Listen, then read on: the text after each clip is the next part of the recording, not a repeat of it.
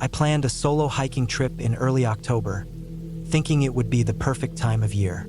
The trees were starting to change colors, and the cool air made the physical effort of hiking feel more refreshing than exhausting. I picked a state forest in northern Pennsylvania that I had never been to before, but it looked remote enough to avoid crowds and well-maintained enough that I wouldn't run into too many surprises. I needed a break from people, from noise, from my phone buzzing every few minutes. I arrived in the early morning and parked at a small gravel lot that sat just off the side of a narrow state road. It wasn't even paved, just a thin road cut between trees.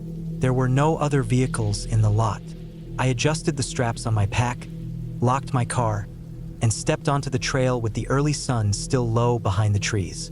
The plan was to do a loop trail that ran about 22 miles.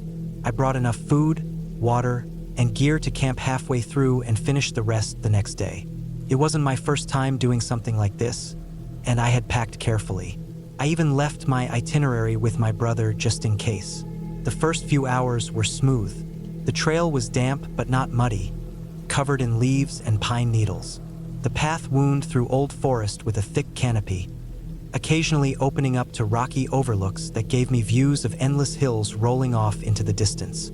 I kept a steady pace, stopping every now and then to drink water or take pictures.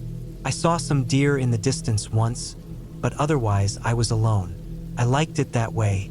Around mile 9, I took a break and checked the map. There was a stream about a mile ahead where I planned to refill my water and stop for lunch. The terrain had gotten a little steeper, and the forest felt thicker, almost darker, even though it was only around noon. I hiked another 40 minutes or so before I reached the stream. It was wider than I expected, probably about 15 feet across, flowing steadily with clear water.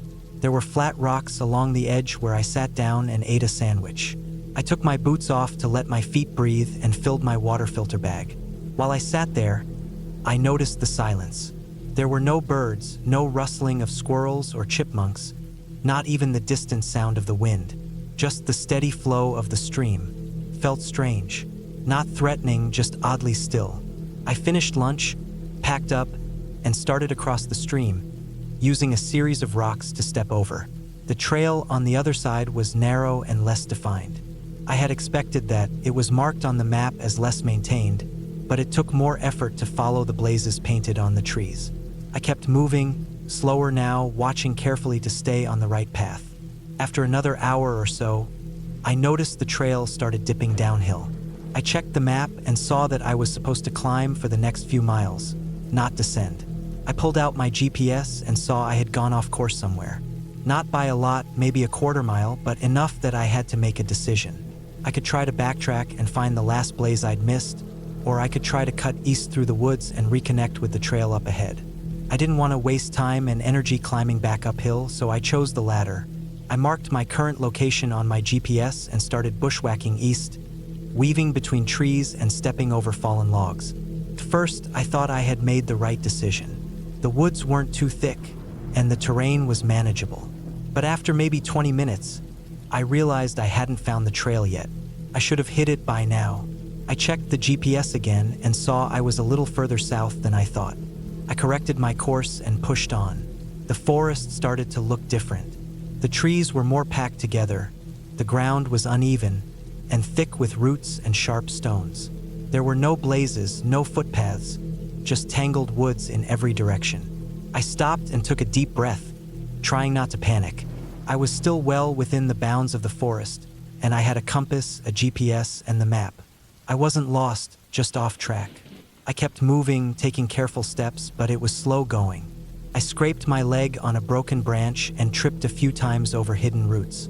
My legs were getting tired, and it was already mid-afternoon. I started to think maybe I should just head north and try to hit the loop trail on its return arc. I adjusted course again and kept walking. After what felt like another hour, I came across something strange. It was a structure, maybe a hunting blind or an old shed, half collapsed and covered in moss. It looked like it had been sitting there for decades. The wood was rotting, the roof caved in. I walked around it, keeping a little distance. There were animal tracks in the soft ground nearby. Deer, maybe, and something else I didn't recognize. I didn't linger. By the time the sun started going down, I still hadn't found the trail. My GPS battery was getting low, and my legs were aching. I found a small clearing just big enough to set up my tent and decided I needed to rest and reset in the morning. I ate a cold dinner, drank some water, and laid in my sleeping bag, thinking through my plan. I marked the spot on my GPS and set an alarm to get moving before sunrise. I wasn't far from where I needed to be. I just had to stay calm. I didn't sleep much. I kept waking up at every little sound. A branch snapping in the distance, the sound of something walking through leaves, probably animals. But when you're alone out there and off trail, every sound feels bigger than it is. At one point, I heard something walking slowly around the perimeter of the clearing, not running or crashing through the woods, just quiet, deliberate steps. It never came close enough to see, but it circled for a while before disappearing. When morning finally came, I was exhausted but ready to go. I packed up fast and headed north again, watching the compass and trying to keep a straight line. The forest felt even thicker than before. I was climbing over logs, ducking under branches, pushing through thorny bushes, tore up my arms and slowed me down. Finally, around late morning, I spotted a blaze on a tree, a faded white mark that told me I had found the trail again. I almost cried from relief. I checked the map and figured out I was about 6 miles from the loop's end. I decided to skip the rest of the planned hike and just get out. I moved fast, barely stopping. I got back to the car around late afternoon. It was still the only one in the lot. My legs were shot, my hands were scraped up, and I was starving. I threw my pack in the trunk and sat behind the wheel for a few minutes, just breathing. I didn't tell anyone how off course I had gone. It was my own fault for taking a shortcut. I had let my confidence get ahead of my experience. I was lucky the weather had stayed good. If it had rained or gotten colder, things could have gone bad fast. I learned to respect the trail more after that. Not just the parts that are mapped and marked, but the parts that aren't. The parts where nature reminds you how small and unimportant you really are. I still hike, but I plan better now. I double-check everything. I carry a backup power bank. I stay on the damn trail, and I never ignore that feeling in my gut when the forest goes too quiet.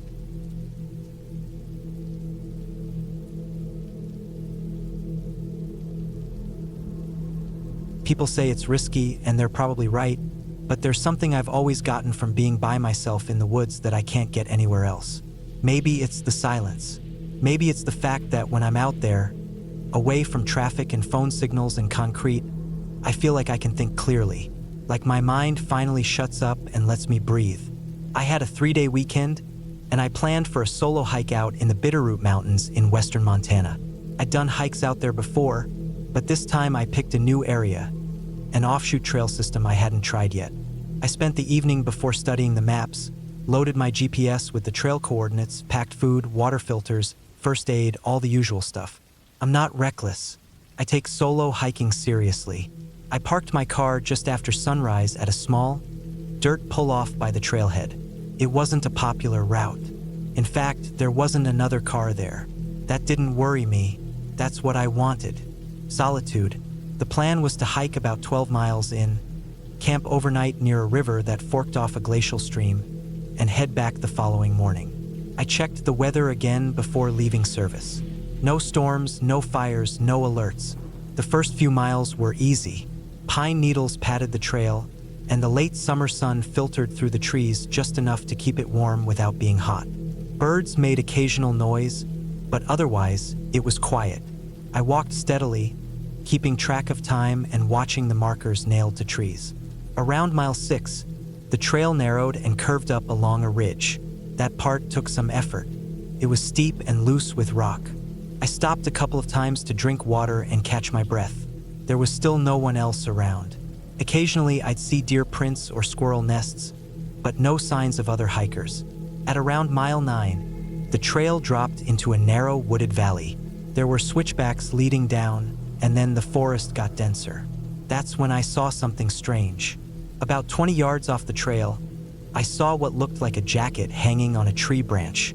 Bright blue, way too bright to blend in. It stood out like someone had deliberately placed it there. I thought maybe someone had left it behind or hung it up and forgotten. I didn't go investigate. I'm cautious about leaving the trail. Besides, people do odd things sometimes. I chalked it up to that and kept moving. Another mile in, I saw something else.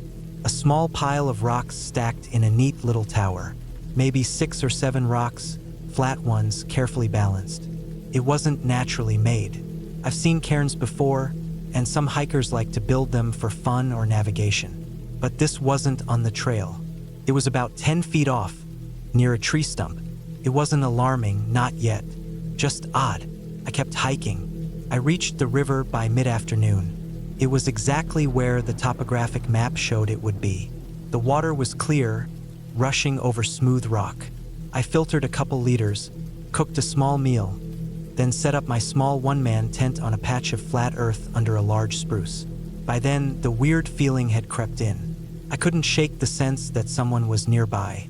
That jacket, that rock stack, and the way the woods felt too quiet now, like the birds had stopped. I kept looking over my shoulder. I scanned the trees as I boiled water, but I never saw anything move. Still, I went through my usual evening routine.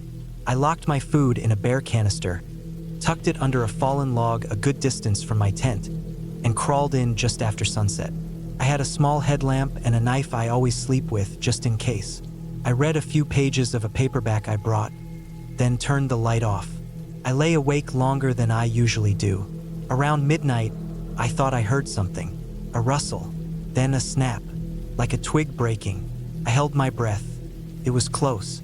I waited for the sound of an animal, sniffing, scuffling, something, but there was nothing else. Just that single sound and then silence again. I listened for maybe 10 minutes, motionless, heart racing. Then eventually I drifted off. In the morning, everything looked normal. Nothing disturbed the tent. No tracks around. My food was untouched. I told myself it was a deer or something. Could have been. Probably was. I didn't see a reason to panic. I packed up and started hiking back. About 2 miles in, I noticed the pile of rocks again. Only this time, it wasn't the same one. It was new, and it was directly on the trail. Same kind of stack, flat stones, 7 of them carefully balanced. This time right in the middle of the path. I stopped and stared at it. It hadn't been there yesterday. I was sure. I never would have missed it. It was only a few feet ahead of where the trail curved down toward the creek. I looked around but didn't see anyone. I crouched, looked closer, then stepped around it and kept moving. I didn't like it, but I also didn't want to lose time. I just wanted to get back to my car. As I walked, I kept checking behind me. Every few minutes, I'd stop and listen. Once, I thought I heard footsteps far off, but they stopped when I stopped. I told myself it was echo. Sound plays tricks out there. That's what I told myself. At mile 4, I found footprints, human ones, in soft dirt where the trail widened. They weren't mine. I wear size 12 boots. These were smaller, maybe size 9 or 10, deep too, like the person had been carrying something heavy or walking fast. The prints followed the trail the same direction I was going. I bent down and checked. No other prints coming from the opposite direction.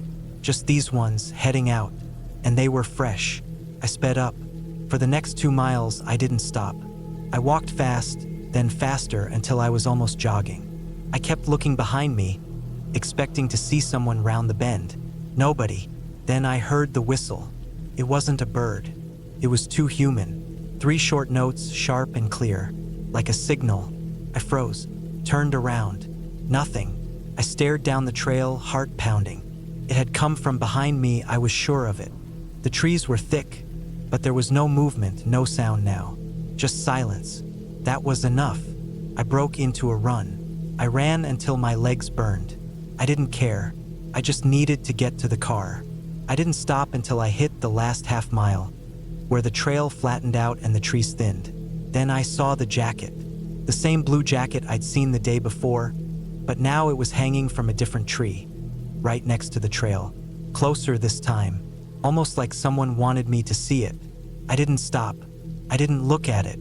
I kept running. When I reached the trailhead, I expected to see someone. Another hiker, a car, anything. but there was still no one, only my car. I unlocked it, jumped in, and drove off without even changing out of my boots. I didn't calm down until I was halfway to Missoula. When I got home, I checked the GPS data. My track matched perfectly. I hadn't gone off trail. No wrong turns. The jacket I saw, not marked on any of the ranger maps. And that whistling could have been a prank. Maybe, but I've gone hiking 100 times in my life. I know when something feels wrong. And out there, something felt very wrong. I didn't report it. What would I say? Someone followed me but never showed themselves? Still, a week later, I went online and looked up that area. I found a thread on a local hiking forum. Buried deep, barely any replies. Someone else had posted about a similar experience, same area, a few years back. Said they kept seeing signs of another person. Said they found a blue jacket hanging in a tree. Said they heard a whistle. They said they never went back. Neither will I. I still hike. I still go out alone sometimes. But not there. Not in those mountains. Because whoever was out there that day, they weren't just passing through. They wanted me to know they were there. And they wanted me scared. They succeeded. And I've never returned.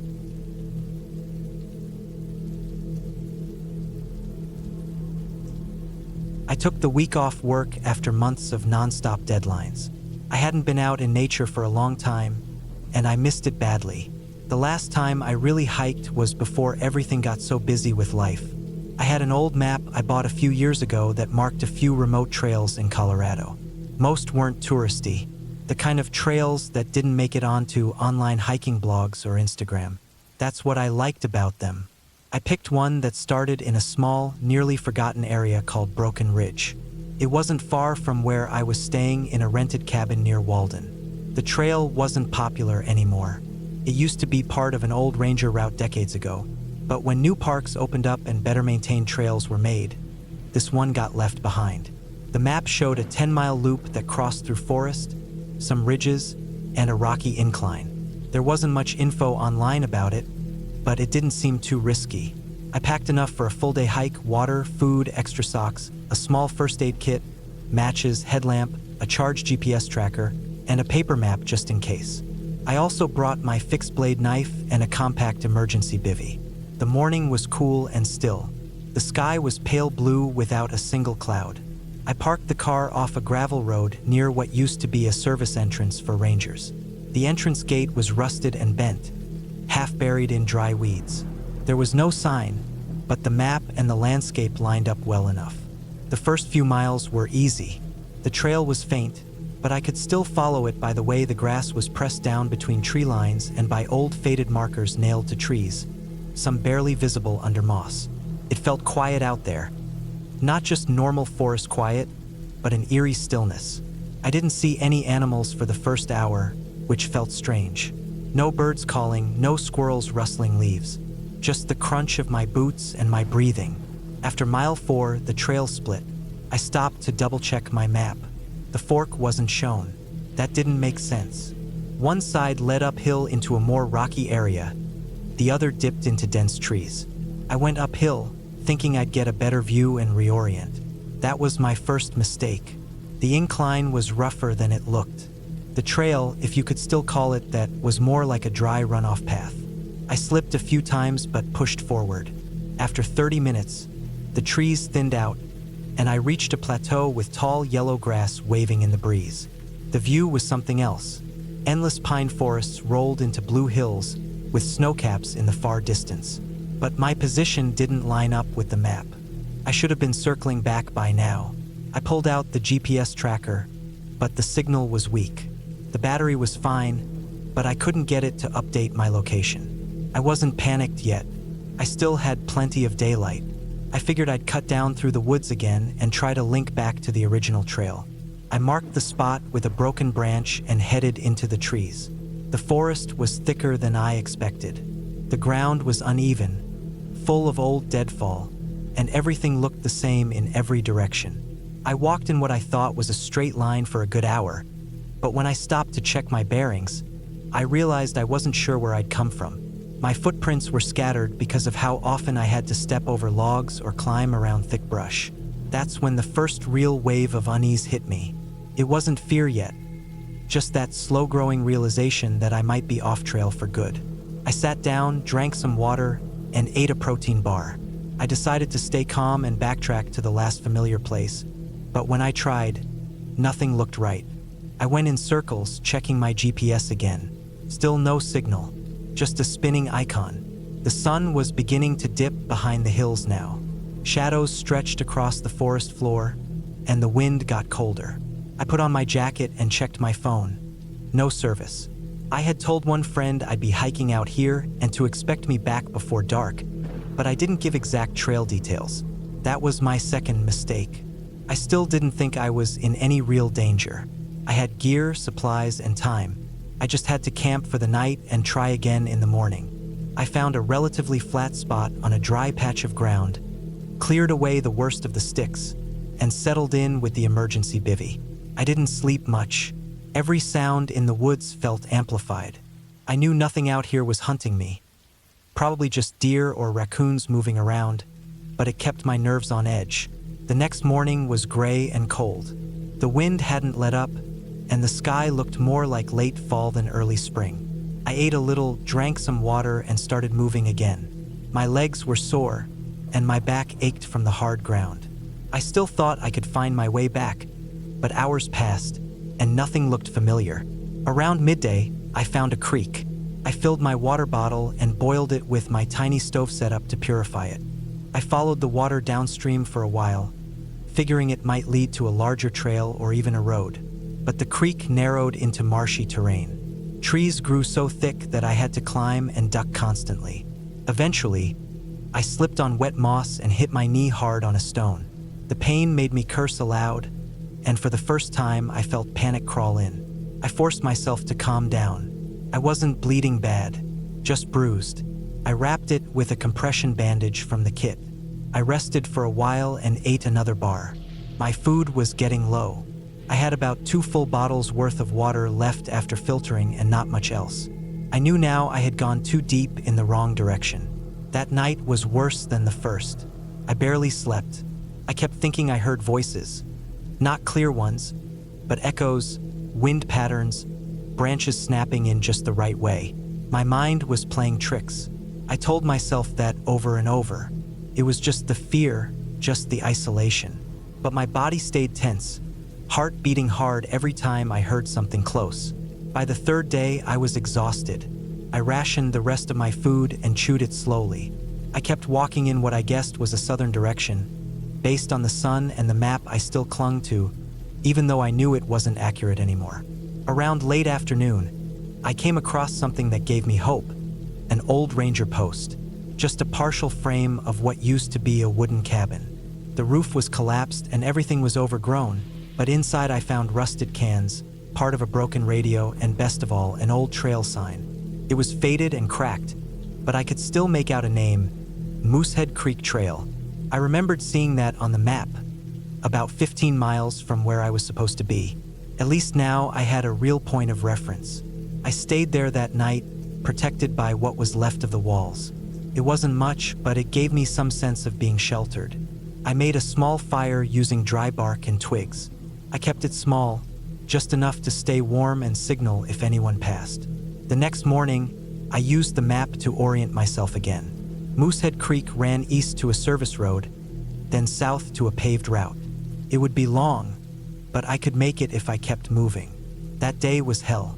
My knee throbbed with every step. I slipped twice going down hillsides slick with pine needles. I scraped my hands on bark, and the wind picked up again. I hadn't eaten in almost 24 hours. I could feel myself getting slower. But then, late afternoon, I heard something. A low hum. I froze, listening. Came again, steadier this time. A motor. I stumbled forward, pushing through trees until I saw it. A dirt road. And moving along it, a pickup truck with orange markings. I waved both arms. The driver must have seen me because the truck slowed down and pulled over. I limped toward it, every part of me ready to collapse. The man driving was a ranger. He didn't say much, just helped me into the cab, handed me a bottle of water, and drove me to the nearest station. I told him everything, even showed him the map. He just nodded and said that trail hadn't been maintained in over 20 years. I spent the night in a small clinic in Walden. Dehydration, mild exposure, a sprained knee, and exhaustion. Nothing permanent. I thought about that hike for weeks afterward. How easy it was to go from calm to lost. How fast everything can go wrong when you assume you're prepared. I never blamed the trail. I blamed myself for not checking updated maps, for not giving more detailed plans, for not turning back sooner. I still hike. I still love the quiet of nature. But now I plan better. I double up my location info with friends. I use updated GPS devices with satellite emergency response. And I stay on marked trails, because out there it doesn't take much to disappear.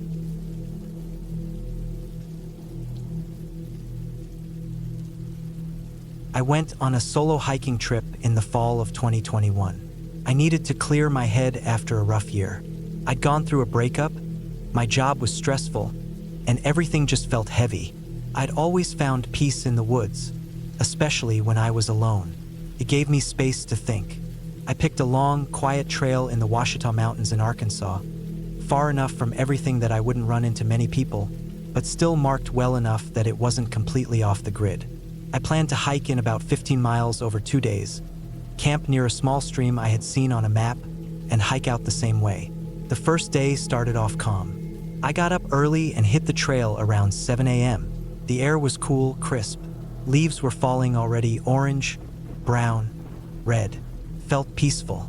The trail wound through thick forest, crossed a few narrow ridges, and dipped into valleys filled with yellow-leaved birch trees.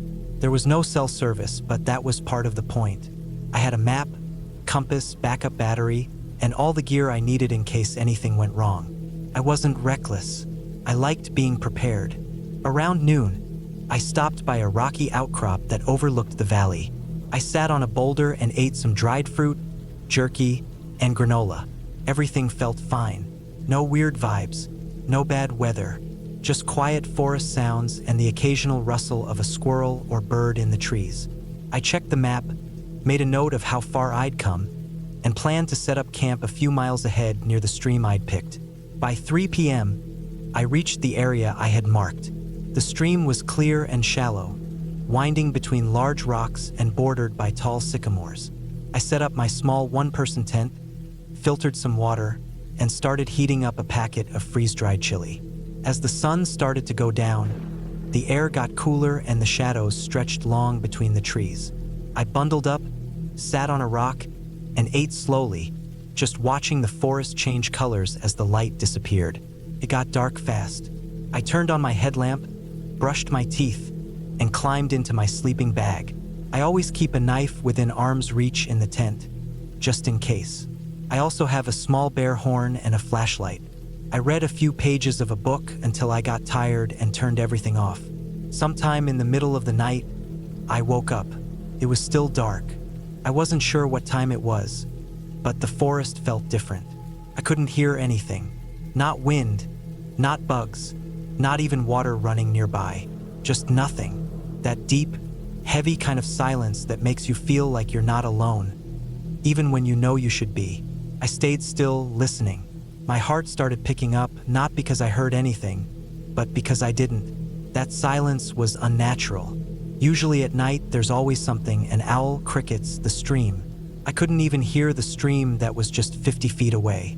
I slowly unzipped my sleeping bag, reached for my knife, and sat up. I waited. Then I heard it. A crack. A sharp one, like a stick breaking under pressure. Not far. Maybe 30 feet to the west. Then another. Closer. I stayed inside the tent. I didn't want to make noise by opening it. I shut off my headlamp, gripped the knife tighter, and kept listening. Another sound. This time it wasn't a crack. It was like a scuff. Something brushing against dry leaves or a boot scraping a rock. That was when I knew it wasn't an animal. It sounded too careful, too human. I stayed completely still, my breath shallow, my ears straining. Nothing. I waited what felt like an hour. It was probably 10 minutes. No more sounds came. Eventually I laid back down, but I didn't sleep. I just stared up through the thin nylon of the tent and watched the darkness. By first light, I was already packed. I skipped breakfast, filled my water, and got moving. I didn't hear or see anything else that morning, but I couldn't shake the feeling that I was being watched. Every time I turned a corner in the trail or passed a big rock or tree, I half expected to see someone standing there. Around noon, I stopped briefly to eat a protein bar and rest. I checked my map again. I was on track. Still, something was bothering me. I kept thinking about those footsteps, the silence, the way it all just felt wrong. I hiked another few hours, and by mid-afternoon, I reached a split in the trail. According to my map, both paths eventually led back to the trailhead, but the left route was about a mile shorter. It also looked rougher, with more elevation changes and tighter curves. I didn't want to be out longer than necessary, so I took the left. About 30 minutes in, I realized this section wasn't maintained well. It had more overgrowth, down branches, and loose rocks. My pace slowed. I had to watch my footing. The trail followed the edge of a ridge, then dropped down into a narrow valley. As I descended, the trees got denser, and the sunlight dimmed. Felt colder. That silence crept back in. That's when I saw it. A boot print, right in the middle of the trail. Fresh. The dirt was still dark and moist around the edges. It hadn't been there long. I bent down and looked closely. It wasn't mine. I checked my own boot. The tread was different. This one was wider, deeper. Someone else had been here. Recently. I stood up and looked around. The trail was empty. No signs of movement. No gear. Just forest. I kept going a little faster now. The trail dipped again, winding through more trees. Then I saw another print. Same tread, a few feet ahead. Then another off the trail, going into the brush. Whoever it was had left the path. I kept walking, but every few feet I looked over my shoulder. I scanned the trees, couldn't shake it, that feeling of being followed. Then I found the campsite. It was maybe 20 yards off the trail, barely noticeable, just a small flat spot between some rocks. But someone had been there. There was a burned-out fire pit with fresh ashes, a few crushed food wrappers, a rope tied loosely between two trees. No tent, no gear, just enough signs to show someone had camped there recently. I didn't stay long. I moved fast, almost jogging. The trail narrowed and twisted as it went down another slope. Then it flattened out and curved hard to the right. That's where I stopped, because on the ground, dead center of the trail, was a small pile of stones. 5 of them stacked neatly, too neat, like someone had placed them there deliberately. I looked around again. Trees, leaves, shadows. Something was off. I didn't know what, but I didn't want to find out. I stepped around the stones and kept going. My legs ached, but I didn't stop. Every little sound made me jump. A branch snapping in the wind, a squirrel darting into the leaves. I kept expecting something or someone to be behind me. Finally, just before sunset, I reached a small wooden marker that let me know I was back on the main trail loop. I still had about 2 miles to go, but I felt some relief. At least I was out of that section. The path here was wider, more walked. I moved faster. About 30 minutes later, I saw the parking lot through the trees. My car was the only one there. I didn't even stop to rest. I tossed my pack into the back seat and locked all the doors before catching my breath. I sat in the car for a long time before starting it, just thinking, running everything over in my mind. The silence, the footsteps, the boot prints, the stones. Nothing happened to me. Not really. I didn't see anyone. I wasn't attacked. But I knew something wasn't right. Someone was out there. Someone who didn't want to be seen. Someone who might have followed me for miles. I never reported it. What would I say? That I got scared on a hike? That I heard noises and saw some boot prints? It wasn't enough. But I haven't hiked alone since. I still think about it sometimes, especially at night when everything is quiet and still. That kind of silence doesn't happen on its own. Something causes it. And whatever it was that night, I hope I never find out.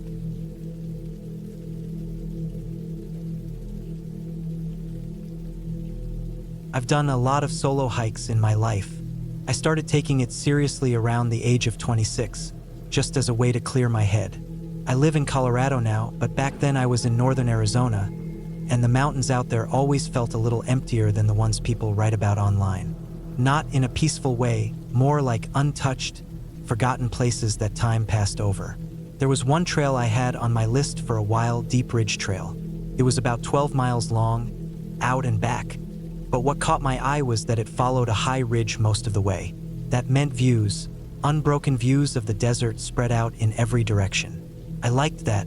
Something about seeing everything at once makes me feel less small out there. I decided to go on a weekday in early November. The weather was dry and cool, with highs in the low 60s and not a single cloud in the sky. I brought enough water to last the day, packed some jerky, nuts, and 2 sandwiches.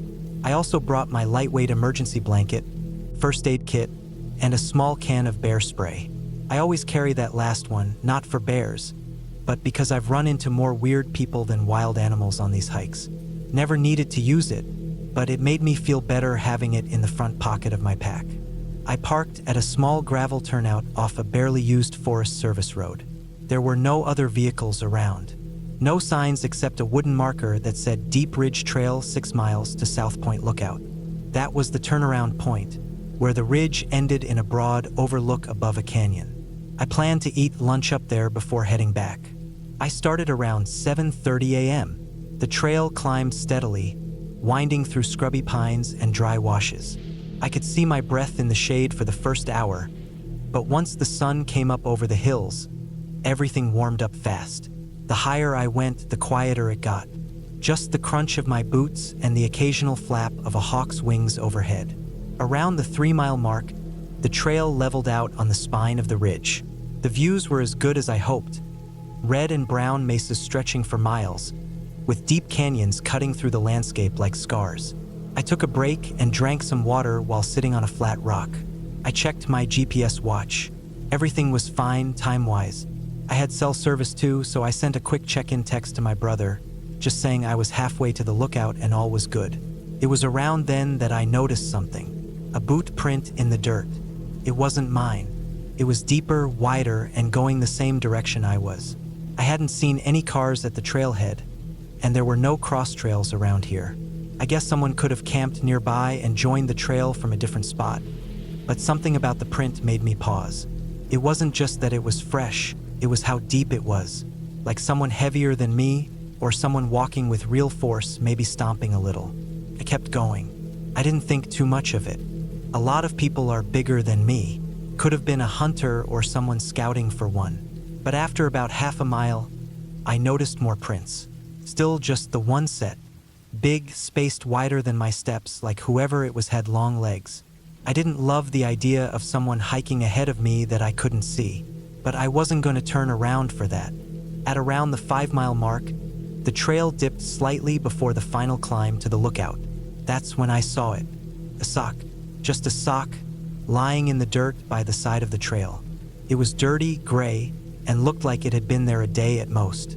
Not balled up, not torn. Just a single adult-sized sock. I looked around. No backpack, no shirt, no trash. Just the sock.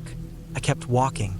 By the time I reached the South Point Lookout, it was nearly noon. The ridge ended in a wide, flat area of exposed rock, and the view was everything the trail description promised. But I didn't feel like eating. My stomach had tightened up a few miles back and never relaxed. I sat down on a low boulder, took a couple of sips of water, and forced myself to eat half a sandwich. I looked around carefully. There were no signs of anyone. No voices, no movement. But I kept thinking about those boot prints. If someone had come this way before me, they hadn't come back. There were no return prints. That meant either they were still up here, somewhere in the sparse trees, or they'd left the trail entirely. Then I noticed something else. A small dark stain on the rock, maybe 15 feet away. I walked over to it. It looked like dried blood. Not a lot, just a spot the size of a dollar coin, but it was too dark to be anything else. I crouched down and touched it. Dry. Not fresh, but not old either. I stood up and scanned the area again. Nothing. That's when the feeling started. Not fear exactly, more like a rising tension. like my body knew something was off before my brain could catch up. I suddenly didn't want to be there anymore. I packed up what I hadn't eaten, slipped my arms through the straps of my pack, and started back down the trail. About a quarter mile down, I saw a second sock. Same kind as the first, just lying there off the side of the trail. This one looked newer, cleaner, and next to it, an empty plastic water bottle, the kind you'd get from a gas station.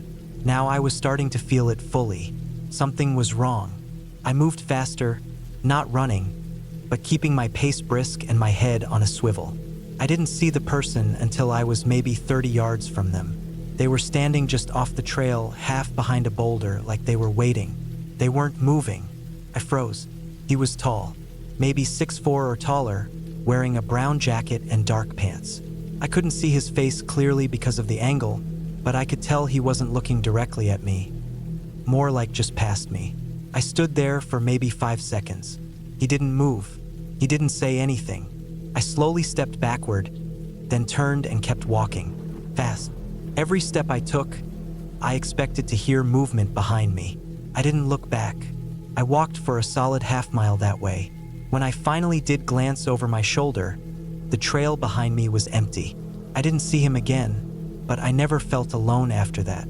I made it back to the car in just under 2 hours, faster than the hike up. When I reached the gravel lot, mine was still the only car there.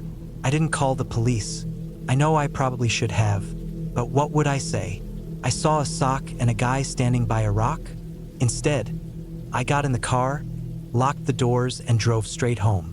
I kept checking the rearview mirror every few minutes. I didn't hike alone again for a long time after that. 2 weeks later, I went back online and checked the hiking forums. Nothing about Deep Ridge. No recent missing persons, no reports of strange people. It was like nothing had happened, but something had. I still think about that guy. I think about the boot prints, the socks, the stain on the rock. I don't know if he followed me or if he was the one being followed, but something was wrong out there on that trail. And I trust my gut now, because when your stomach knots up out of nowhere and the hairs on your neck stand up for no reason and your brain tells you go, you better listen. That day, I listened just in time. I don't hike Deep Ridge anymore. I never will again.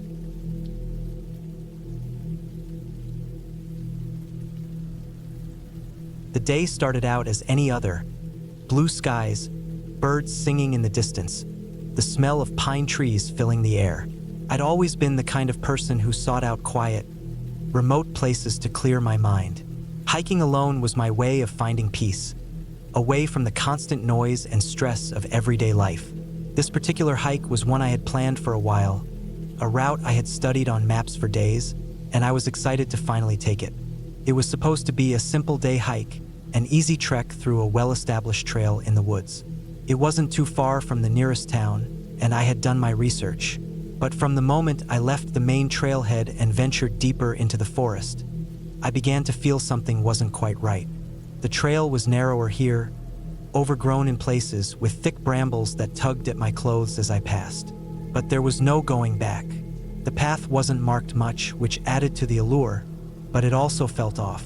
The silence in the forest was oppressive.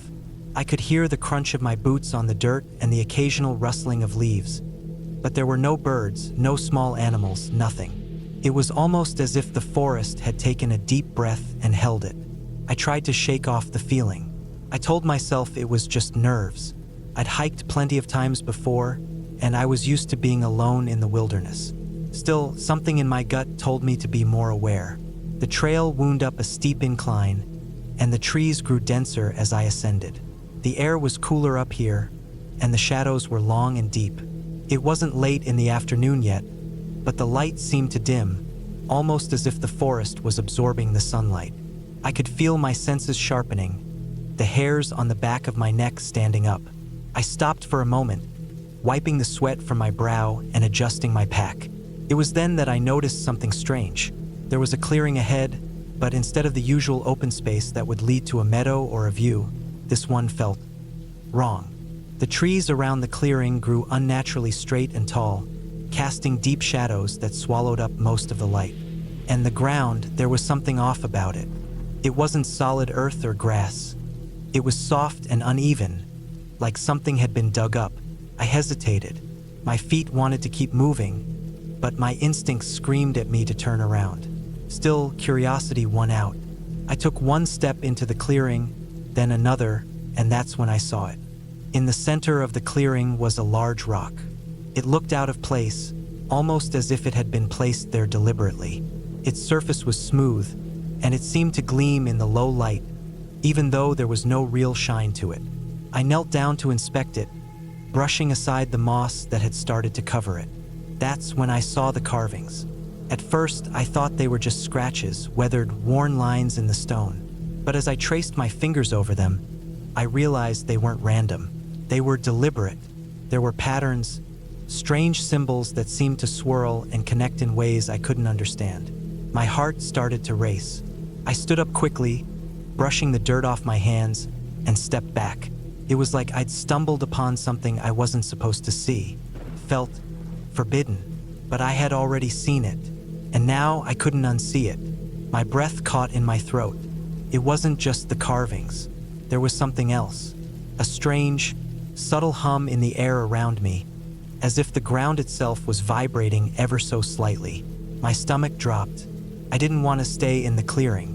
I turned back toward the trail, quickening my pace as I hurried away. But no matter how fast I moved, I couldn't shake the sense of being watched. The feeling grew stronger, pressing down on me, making it hard to breathe. The silence around me was oppressive, the kind of silence that felt wrong. I broke into a jog, adrenaline pumping through my veins. The trail twisted and turned as it began to slope downward, and I pushed myself harder, desperate to get out of the woods. That's when I heard it. A sound, a soft, almost imperceptible noise. It was like the wind shifting through the trees, but there was no wind. And then footsteps, the unmistakable crunch of leaves and dirt underfoot, coming from behind me. I froze, my heart hammering in my chest. I didn't dare look back. The sound of those footsteps grew louder, closer. The hairs on the back of my neck stood on end as the chill of fear crept through me. I wasn't alone.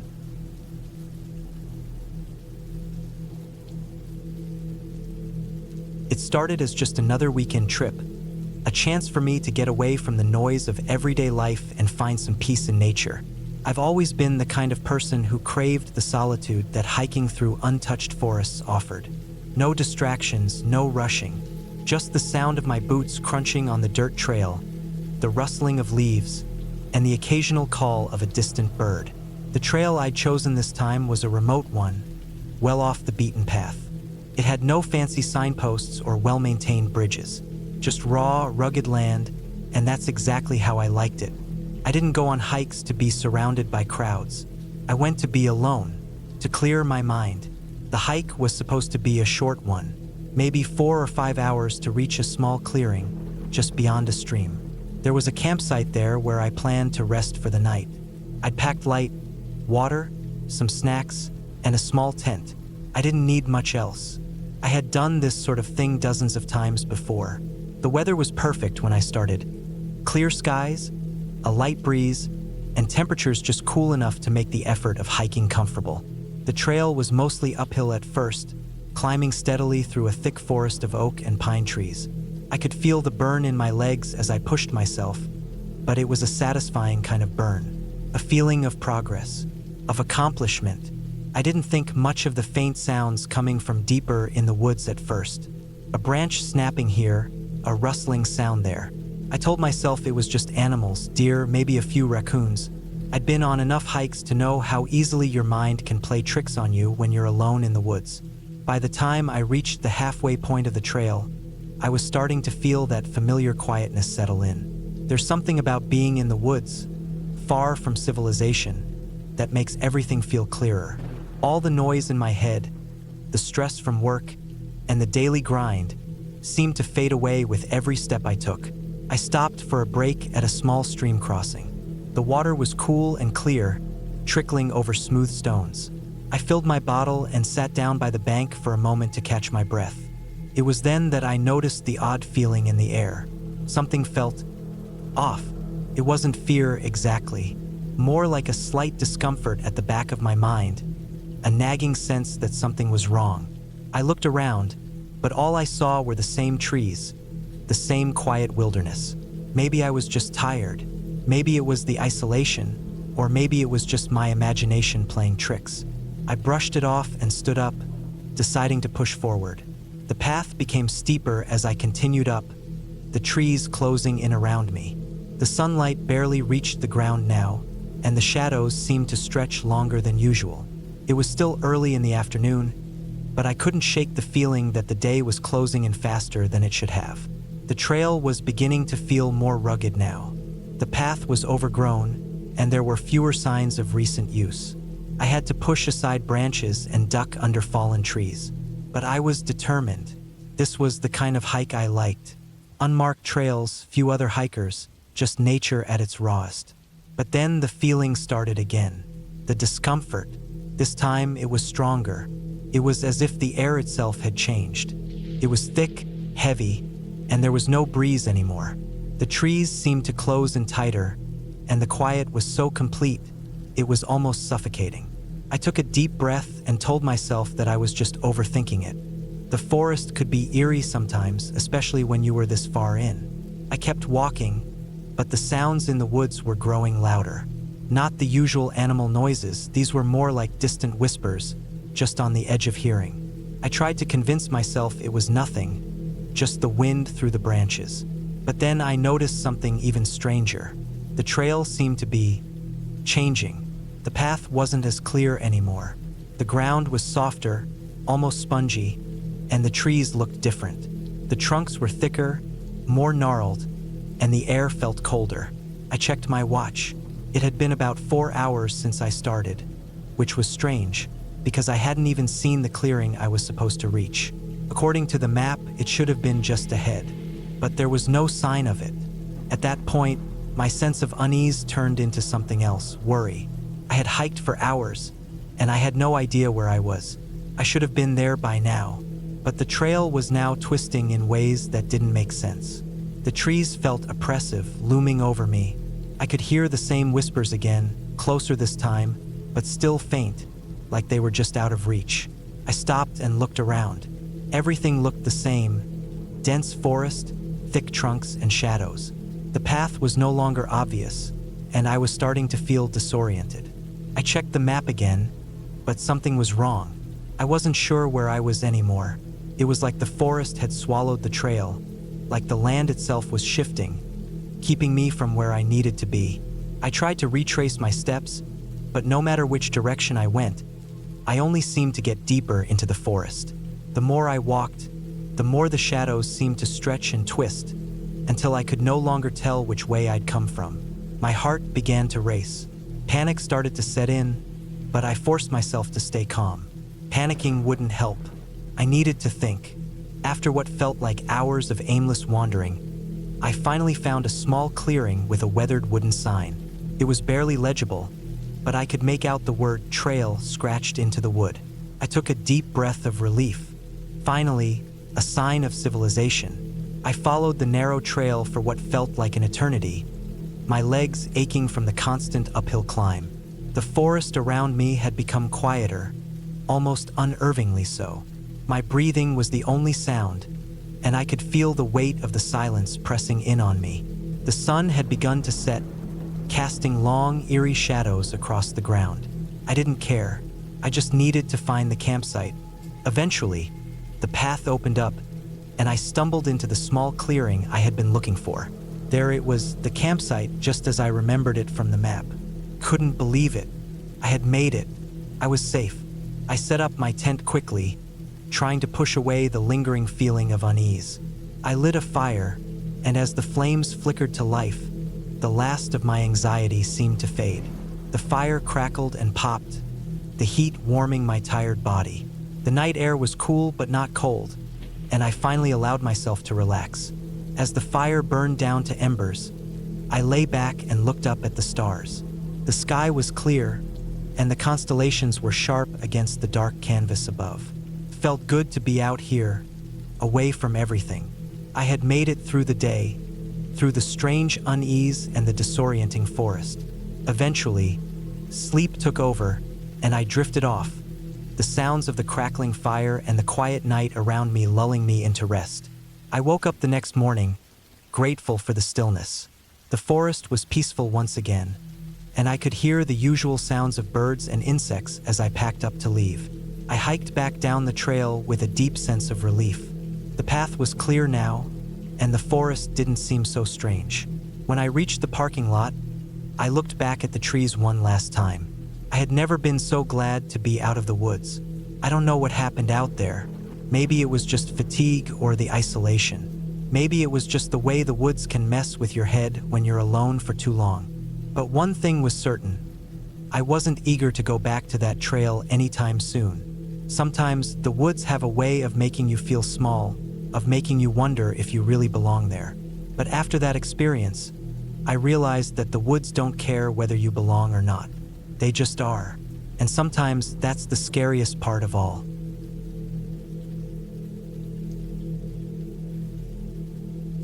I had been planning a solo hiking trip for a while.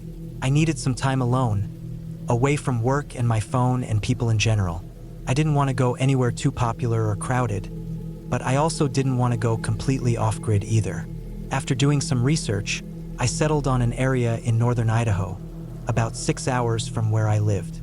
It wasn't a national park or anything fancy, just a remote network of Forest Service trails around a large lake with several smaller trails branching off into the surrounding hills. There were campsites scattered throughout, but they weren't monitored or maintained. That sounded perfect to me. I just wanted quiet. I left on a Thursday morning in early October.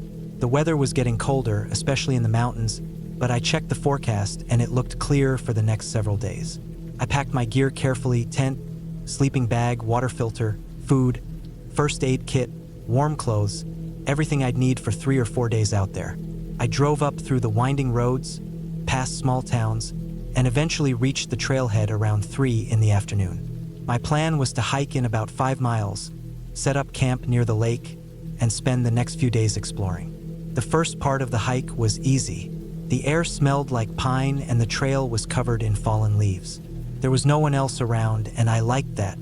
It was quiet. The only sounds were my boots crunching on the trail, birds occasionally calling out, and the soft rustle of wind in the trees. After a couple hours, I reached the lake. It was bigger than I expected, with steep forested hills on all sides and patches of gray rock poking through the trees. The water was still and dark. I found a flat spot near the shore and pitched my tent. As the sun went down, I made a small fire with sticks and cooked one of my meals. Then I sat for a while, just watching the reflection of the trees ripple on the water. Felt peaceful. That night, I fell asleep quickly, but around 3 a.m., I woke up cold. I added another layer, adjusted my sleeping bag, and eventually drifted back to sleep. Nothing strange happened. Nothing felt off. It was just colder than I thought it would be. The next day, I ate breakfast, packed some snacks and water, and headed out to explore one of the side trails that wound up into the hills. It was steeper and narrower than the main trail, and clearly not used as often. Parts of it were overgrown, and a couple times I had to check the map on my phone to make sure I was still on track. There wasn't any cell service, but I had downloaded the offline map earlier. After a couple hours of hiking, I stopped on a rocky outcrop that overlooked the valley. I could see the lake below and the trail winding back toward it. I sat for a while, ate some jerky and trail mix, drank water, and just listened. It was quiet again. A few clouds moved in, but it didn't look like rain. On the way back, I decided to take a slightly different path that looped back toward the main trail. According to my map, it would add about an hour, but I wasn't in a hurry. That's when things started to feel a little strange. The trail was still there, but it was harder to follow. It dipped down into a dense patch of forest with thicker underbrush. It wasn't anything dangerous or dramatic. It just felt different, more closed in. About 20 minutes in, I stopped to look at the map again, and I realized I had gotten slightly off the trail. Not by much, but enough that I needed to backtrack. I turned around and started retracing my steps, but the trail markers were sparse. I tried to remember specific trees and turns I'd passed, but everything started to look the same. It was like the forest had shifted when I wasn't paying attention. I wasn't panicking yet, I had plenty of daylight, water, and my map. But I could feel this low-level anxiety creeping in, like a pressure in my chest that built a little more with every minute I couldn't find the trail again. I stopped and took a deep breath. I told myself to stay calm. I opened the map again and tried to orient myself based on the terrain. The problem was, the map wasn't detailed enough to show every dip and ridge, and I couldn't see the lake anymore. That was what worried me. I kept moving, slowly and carefully, trying to angle toward where I thought the trail would be. But the underbrush got thicker and the ground steeper. I slipped a couple times on loose soil and wet leaves. I checked my watch. It was nearly 4:30. The sun would start going down soon. I needed to find the trail. After another hour of scrambling and bushwhacking, I finally found a trail. Not the same one I came in on, but a trail. I wasn't sure where it led, but I followed it. It was faint and overgrown, but it was better than nothing. My legs were scratched and I was getting tired. At one point, I heard something move in the trees nearby, probably a deer, but it made me jump. The trail led downhill, and after another half hour, I saw the lake through the trees. Relief hit me like a wave. I was still a little ways off, but I knew I could make it back before dark. I picked up the pace and reached my campsite just as the sun dipped behind the hills. That night, I built another fire and tried to relax, but my mind wouldn't stop turning over what happened. It hadn't been that dangerous, but it could have been. If I hadn't found that trail, I might have had to spend the night out there with no shelter. The next day, I decided to do a shorter hike. I stuck to the main trail that circled part of the lake. I wanted to stay close. About halfway through, I stopped at a small clearing where a creek flowed into the lake. There was a log where I could sit. While I was sitting there, I noticed something across the water. A narrow trail on the other side, one that wasn't on my map. It looked like it had been used recently. I don't know why, but I got curious. I followed the shoreline until I could cross the creek and reach the other side. The trail was narrow and slightly overgrown, but there were signs of recent use, broken branches, footprints in the mud. I followed it for a while, weaving through thick trees.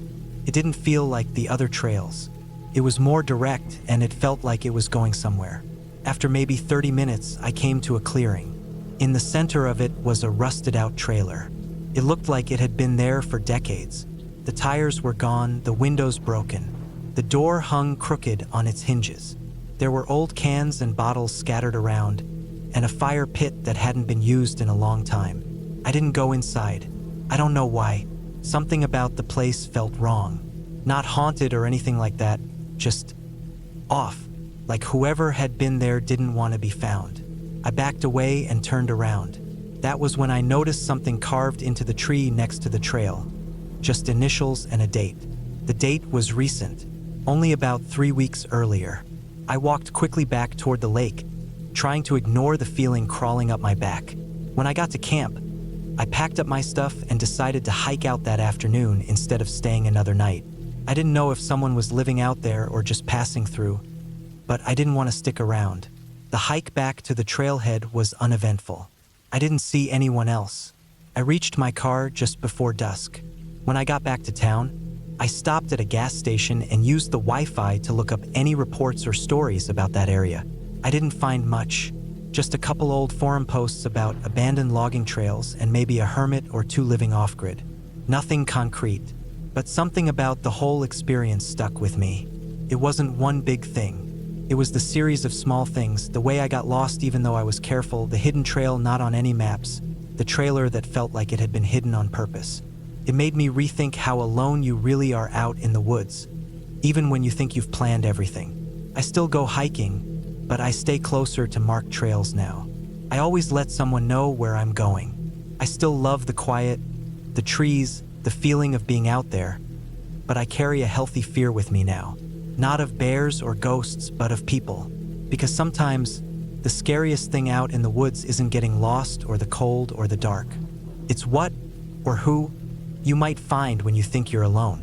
And the truth is, I don't think I was really alone out there at all.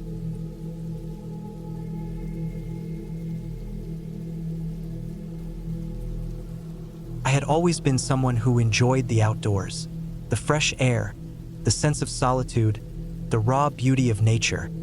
It was everything I needed to disconnect from the noise of everyday life. This particular hike was supposed to be a brief escape from work and the pressures that came with it. I planned to spend a few days alone in the mountains, walking through forests, along streams, and across rocky terrain. I didn't need anything more than a backpack and my trusty boots.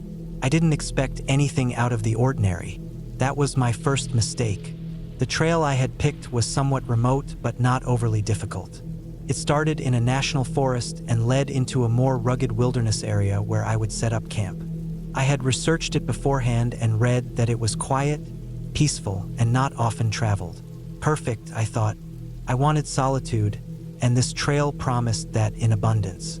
I left early in the morning, hoping to cover a good amount of ground by sunset.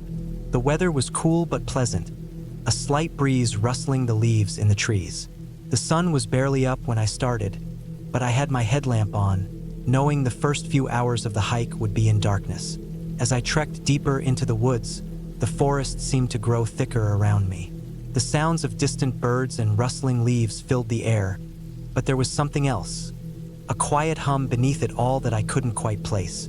At first, the trail was clear and well-maintained. I passed by tall, thick trees, their trunks covered in moss, and the occasional patch of ferns growing between the rocks. The further I went, the less frequently I saw markers for the trail, but I wasn't worried. I had a map, and I knew the general direction I was heading. By midday, I had climbed a small ridge and found myself overlooking a valley. It was breathtaking. The view stretched for miles in every direction, the rolling hills, the occasional winding stream. I stopped for a moment to enjoy the sight, to drink some water, and to have a snack. It was the first time I noticed the silence around me. It was odd, but I didn't pay much attention to it. I had always enjoyed the solitude of the mountains, but this was different. There was no rustling of animals in the underbrush, no distant sounds of birds or the wind pushing through the trees. It was as though the entire forest had gone still, frozen in time. Shaking off the feeling of unease, I continued on my way, following the trail as it curved down into the valley. The air was thick with the scent of pine and damp earth. My boots crunched on the gravelly path, each step echoing in the otherwise quiet forest. The deeper I went, the more it felt like the trees were closing in around me. The shadows seemed to grow longer as the sun dipped lower in the sky, and I realized that I had miscalculated how long it would take to get to my planned campsite. I checked my watch. It was already late afternoon, and the light was beginning to fade. I decided to find a suitable spot to camp for the night. The trail seemed to fork ahead, one path going up into a ridge, the other dipping down into a narrow ravine. I opted for the ravine, figuring it would provide better shelter from the wind and weather. The ravine was a beautiful spot, with a small stream running through it and moss-covered rocks lining the banks. It was peaceful, almost unnaturally so. As I set up my tent, I couldn't shake the feeling that something wasn't quite right, but I attributed it to the isolation. After all, hiking alone can play tricks on your mind. The silence had begun to feel oppressive, and I wondered if I had gone too far off the beaten path. That night, as I lay in my tent, I could hear the stream gurgling softly outside, a comforting sound. But then, just as I was starting to drift off, I heard something else, a crunching noise. It was distant at first, barely perceptible, but it grew louder. Footsteps, heavy and slow, moving through the forest. The sound seemed to be coming from the other side of the ravine. I held my breath, listening intently, but the noise stopped as quickly as it had started. I told myself it was just an animal, a deer perhaps. After all, there were plenty of them in these woods. I tried to fall asleep again, but the feeling of being watched didn't go away. The air in the tent felt colder than it should have been, and the quiet seemed to press in on me from all sides. I pulled my sleeping bag tighter around me, forcing myself to ignore the unsettling feeling. Eventually, exhaustion overcame me, and I slept, though not deeply. The next morning, I awoke to the sound of birds chirping outside. The sun was already up, and the warmth of the early morning light filtered through the trees. I felt better, though a lingering unease stayed with me. I packed up my things quickly, eager to get moving again. The sooner I got to my next destination, the better. As I hiked further into the wilderness, the terrain began to change. The path became less defined, overgrown with thick brambles and brush. I was forced to push through them, scraping my arms and legs in the process. It felt like I was heading further into the wild, a place where humans were not meant to be. By noon, I reached a point where the trail seemed to disappear entirely. I found myself standing in a small clearing, surrounded by towering trees. There was a strange feeling in the air, as though something had shifted, but I couldn't tell what. The ground was uneven here, covered with roots and loose rocks, and the dense canopy above blocked out much of the sunlight. I checked my map again. I had been here before, only I hadn't been here. The map didn't match up with the terrain I was seeing. The clearing wasn't marked, and the trail I was following had simply stopped. Panic started to set in. I retraced my steps, trying to find the trail I had lost. I circled the area, walking in what felt like a spiral, but every time I turned around, the landscape looked the same. There were no distinguishing features, no landmarks. The trees were all the same height. The rocks all looked like the ones I had passed before. My heart began to race. I felt as though I had wandered into some kind of labyrinth. And then I heard it, the sound of footsteps again. This time it was unmistakable, slow, deliberate, like someone or something was pacing just beyond the trees. My breath caught in my throat, and I stood stock still, straining to hear. The sound of footsteps was unmistakable, but I couldn't see anyone. No movement in the trees, no figure in the shadows. My instincts told me to run, to get out of there, but I forced myself to stay calm. I tried to steady my breathing, counting the seconds. The footsteps came closer, and I could feel the ground vibrating slightly with each step. Something or someone was out there, and they were getting closer.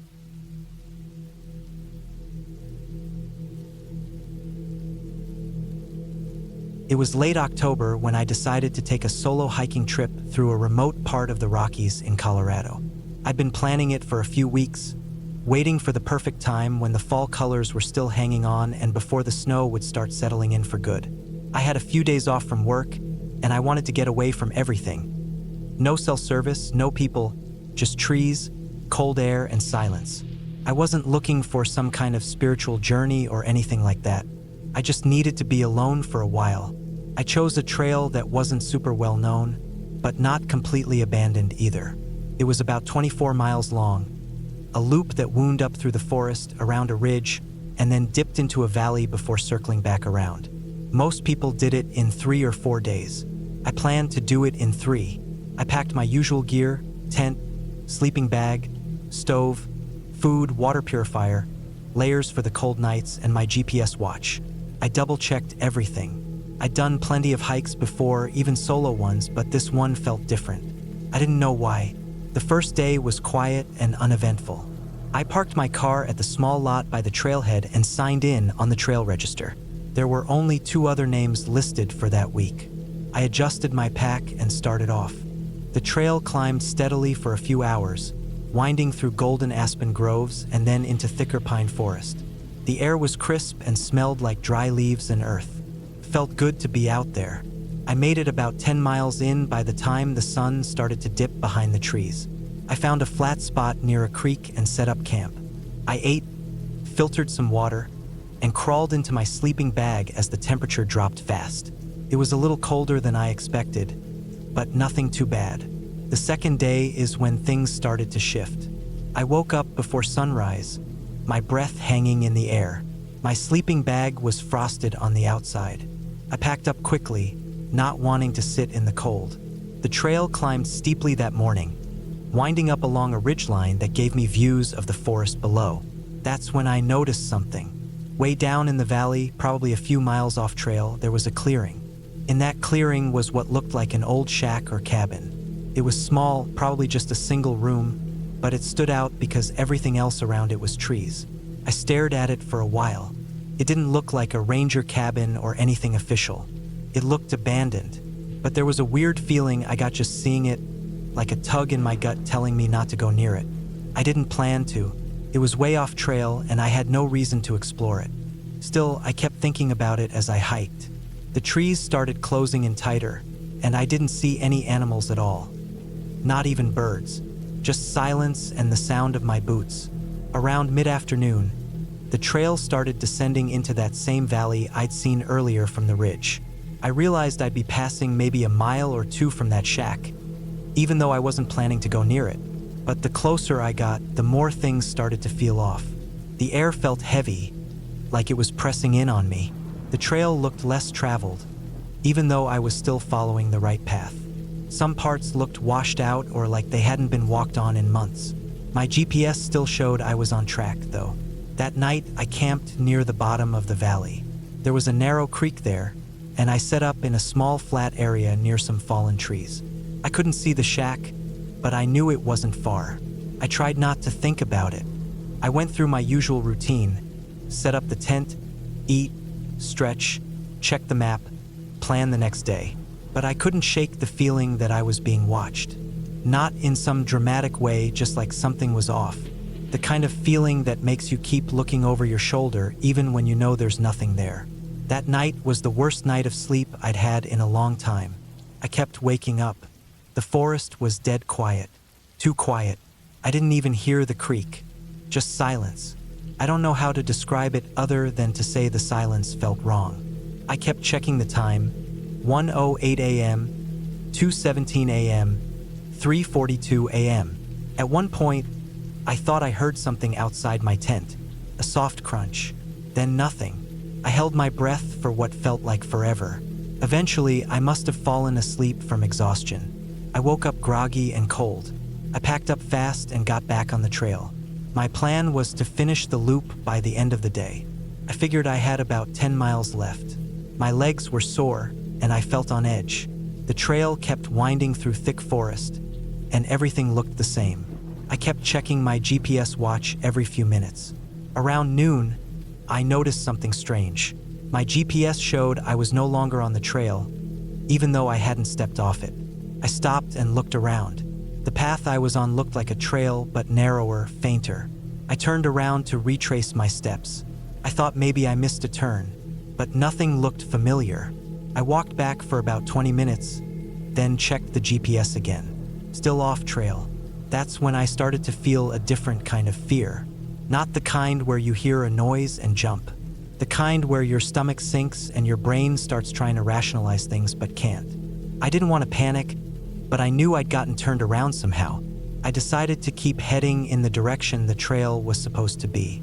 If I kept a steady bearing, I'd eventually hit it. But an hour passed, then another. No sign of the trail. Trees, rocks, deadfall. Everything looked the same. I kept checking my watch, but the battery was starting to die. I'd used it more than usual, checking constantly. I had a paper map and compass, but the terrain made it hard to follow. The sun was starting to dip lower, and I still hadn't found the trail. Then I saw something through the trees. A roof, the shack. Somehow I'd looped back around to it. It stood in the middle of a small clearing, half covered in vines and branches. The roof sagged, and one side of it looked like it had caved in. The door was hanging crooked on rusted hinges. I didn't want to go near it, but it was the only landmark I'd seen in hours. I thought maybe if I climbed up on the roof or found higher ground nearby, I could get a better view of where I was. I walked slowly into the clearing. The air felt still and weirdly warm. The forest behind me seemed to go silent again. I looked at the shack. There were no signs anyone had been there in years. The wood was gray and weathered. Moss covered most of it. I walked around to the side that wasn't collapsed. There was a small window broken out with a thick layer of grime on the glass. I peeked inside. Just shadows, old furniture, and piles of debris. I didn't go in. I climbed a small hill next to the shack and tried to get a view of the ridge. I thought I saw a break in the trees that might have been the trail. I marked the spot on my map and started heading that way. It took me another hour of bushwhacking, climbing over logs, slipping on wet leaves, but finally I found it. The trail. I'd never been so relieved. I dropped to my knees and took a few deep breaths. Then I got up and started walking. I didn't stop again until I saw my car. I made it back to the trailhead just as the last light was fading. I signed out in the register. There were no new names added, just mine and two others from earlier in the week. On the drive home, I couldn't stop thinking about how easily I got turned around. I'd never had that happen before, not like that. And the shack, why was it even there? It wasn't on any map I had. I did some digging later, tried to find any record of an old cabin in that area, but found nothing. No history of homesteads or logging camps. Nothing. I still hike, still go solo sometimes, but I double-check everything now. I trust my instincts more, too. That feeling in my gut when I saw the shack from the ridge, I should have listened. Sometimes, even without any ghosts or monsters, the woods can still swallow you up. All it takes is one wrong turn, one missed sign, one old path that looks just real enough. I made it out, but I was lucky, really lucky.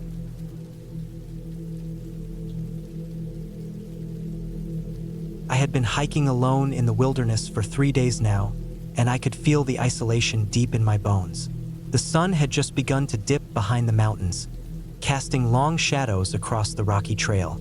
The air had grown crisp, and the sky had turned a deep shade of blue. Not quite night, but not fully day either. I checked my map again, even though I knew the area well by now, and kept moving forward, step after step. There was something peaceful about the solitude, something I enjoyed, but deep down, I couldn't shake the feeling that I was being watched. I pushed that thought aside. It was just the wind, or maybe the creaking of the trees, something natural. I had hiked in places much more remote than this and had always felt safe, secure. I was on a trail that was marked clearly on my map, and I had a general idea of where I was going. At least I thought I did. The trail was winding and uneven, sometimes steep, other times flat and easy. I came across an old wooden bridge that creaked under my feet as I crossed it. The bridge seemed ancient, barely holding together, but still solid enough to trust. Below me, the creek rushed over rocks, its sound filling the otherwise quiet air. I had been out here for 3 days, but today felt different. I couldn't put my finger on it, but something about the way the trees bent in the wind, or the way the sky darkened earlier than usual, made me feel uneasy. As I continued along the trail, the path started to narrow. The woods thickened, and the once easily visible trail became a little harder to follow. I stopped for a moment to adjust my pack and take a quick drink from my water bottle. The silence was overwhelming, almost suffocating. There wasn't even the usual hum of insects buzzing around. Nothing. Just the faint rustling of leaves and my own breathing.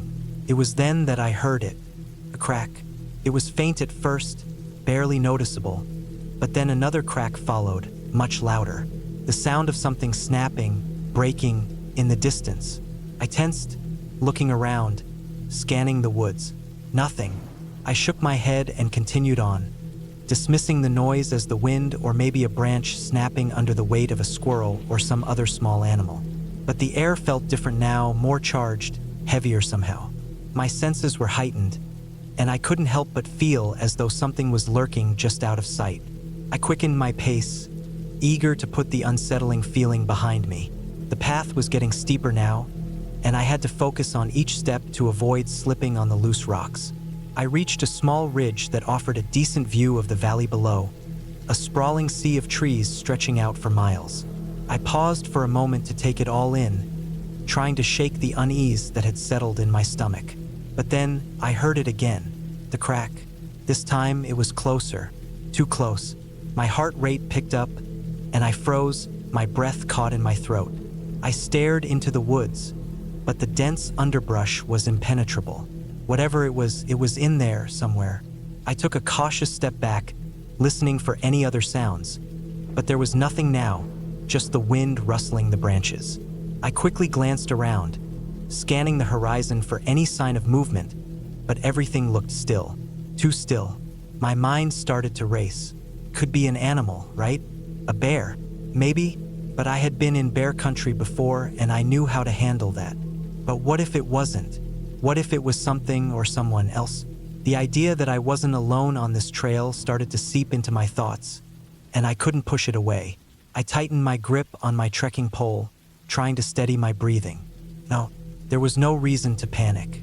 I just keep moving, get back to the main trail where it was safer. I turned away from the ridge and started heading back the way I had come, walking briskly, but keeping my steps light and quiet. I needed to stay calm. If there was something out there, I didn't want it to hear me. As I walked, the light started to fade, the last remnants of daylight slipping away. I pulled out my headlamp and clipped it to the strap of my pack.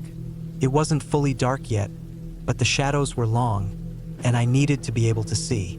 I kept moving, my eyes darting between the path ahead and the woods around me, every crack in the trees making my heart race a little faster. The further I went, the more uneasy I became. It felt as though the woods were closing in on me, each tree pressing in from the sides. I checked my map again. I had taken the right turn earlier, so why did the trail feel like it was leading me into a maze? The noise came again. This time it was unmistakable. A sharp snap of a twig, followed by the crunch of leaves. I stopped in my tracks, breath held. It was no longer just a feeling. Someone or something was out there, following me. Couldn't run. I couldn't lose my bearings on a trail I didn't fully know. Not at night, not with the dark closing in. I had to stay calm, keep my wits about me. I slowly turned around, trying to make as little noise as possible. My heart pounded in my chest. That's when I saw it. A shadow. It was small at first, just a flicker between the trees, but it was enough to make my blood run cold. The figure moved quickly, too quickly to be a person. It darted from one tree to another, its movements jerky, unnatural. I froze, my mind racing for an explanation. Could be an animal, I told myself. Maybe a deer or a wild boar, something large enough to make such quick movements. But it didn't feel like that. The way it moved, the way it vanished into the darkness, it felt wrong. Panic bubbled up inside me. I had to get out of here. I turned back to the trail and broke into a brisk jog, keeping my headlamp focused on the path in front of me. The forest was silent again, but I could feel it now. The presence of something in the woods, watching, waiting. I pushed harder, not caring anymore about being quiet. My breath was ragged, and my legs were beginning to ache. But I couldn't stop. I had to make it to the next ridge, the one that would bring me back to the larger trail. I kept going, not looking back, even as I heard the faint sound of footsteps behind me. It was only when I reached the ridge that I dared to slow down. The feeling of being pursued didn't fade, but the noise had stopped. I was on higher ground now, and the trees around me opened up just enough for me to see the main trail far below. Relief flooded over me as I realized I was close to safety. I didn't stop to rest. I kept moving, stumbling at times, but never looking back. The woods felt different now, more ominous. Every snap of a twig, every rustle of leaves had my heart racing. But I had to make it through. As I finally reached the main trail, the last light of day slipping away entirely, I collapsed on a rock, breathing heavily, shaking all over. I looked behind me, but the woods were quiet. The shadows of the trees stretched across the trail, and for the first time, the silence felt suffocating. I was safe now, or so I thought. I pulled out my phone, trying to calm myself. There was no signal out here, of course, but it made me feel better just to hold it. I sat there for a long time, not moving, listening to the sounds of the woods around me. It wasn't until much later, as I walked back to my camp, that I finally allowed myself to stop. I kept hearing noises, footsteps that weren't my own, the crack of branches just out of sight. But I made it back. I made it back to camp. And when I looked around, there was nothing. No shadows, no figures, just the wilderness, quiet and still. The next morning, I packed up my camp and left early, not wanting to linger any longer in the woods. I still don't know what I encountered that night, and maybe I never will. But whatever it was, it made me realize something. Out here, in the vast emptiness of the wilderness, you are never truly alone.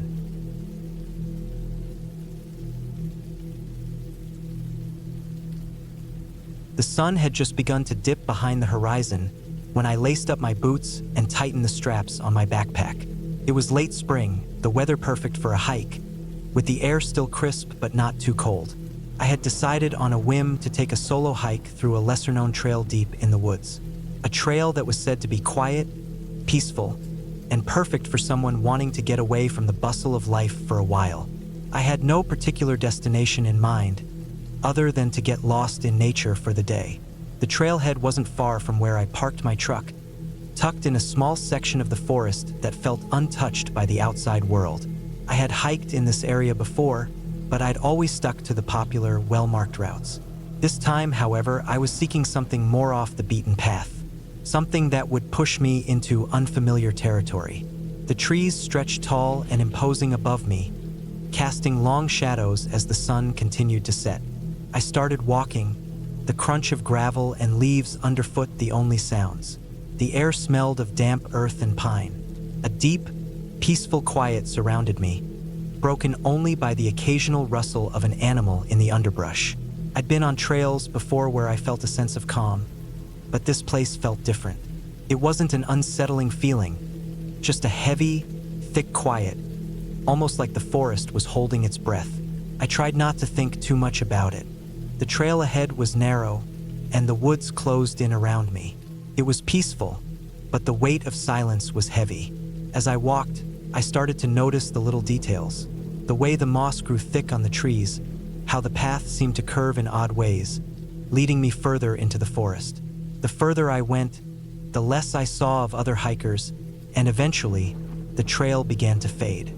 I could tell this wasn't a heavily trafficked area. I liked that, though. It felt like I was discovering something new. I stopped to take a drink from my water bottle and looked around. The forest felt endless. I should have turned back then, but something in me wanted to push forward. I told myself that I had a good map and a GPS. If I got too lost, I could always retrace my steps. I kept walking, lost in the beauty around me. The sun had almost completely set, leaving only a pale sliver of light in the sky. I hadn't realized how dark it had gotten, but the trail was still clear enough to follow. Then suddenly I felt it, a shift, a change in the air. The quiet was heavier now, like the forest was holding its breath even more. I slowed my pace, glancing around nervously, but there was nothing in sight. No animals, no other hikers, just the stillness of the woods. I took a deep breath and kept going, trying to shake the feeling that something was off. The path ahead was growing steeper, and I was starting to tire. I decided to stop and rest for a few minutes. As I sat down on a rock, I pulled out a snack from my pack, but the feeling didn't go away. It was as if the forest had shifted, become more oppressive. I stood up and stretched, brushing off the unease as best as I could. Maybe it was just my imagination. I needed to keep moving. As I continued on, the trail narrowed even further. Now, it was almost a series of barely discernible paths through the underbrush. I had to push branches out of the way to make any progress, and I was starting to wonder if I had strayed off the marked trail completely. But there was no turning back now. It wasn't like I was going to get lost. I had GPS. I had a map. All I needed was to keep moving forward. And then I heard it. A crack.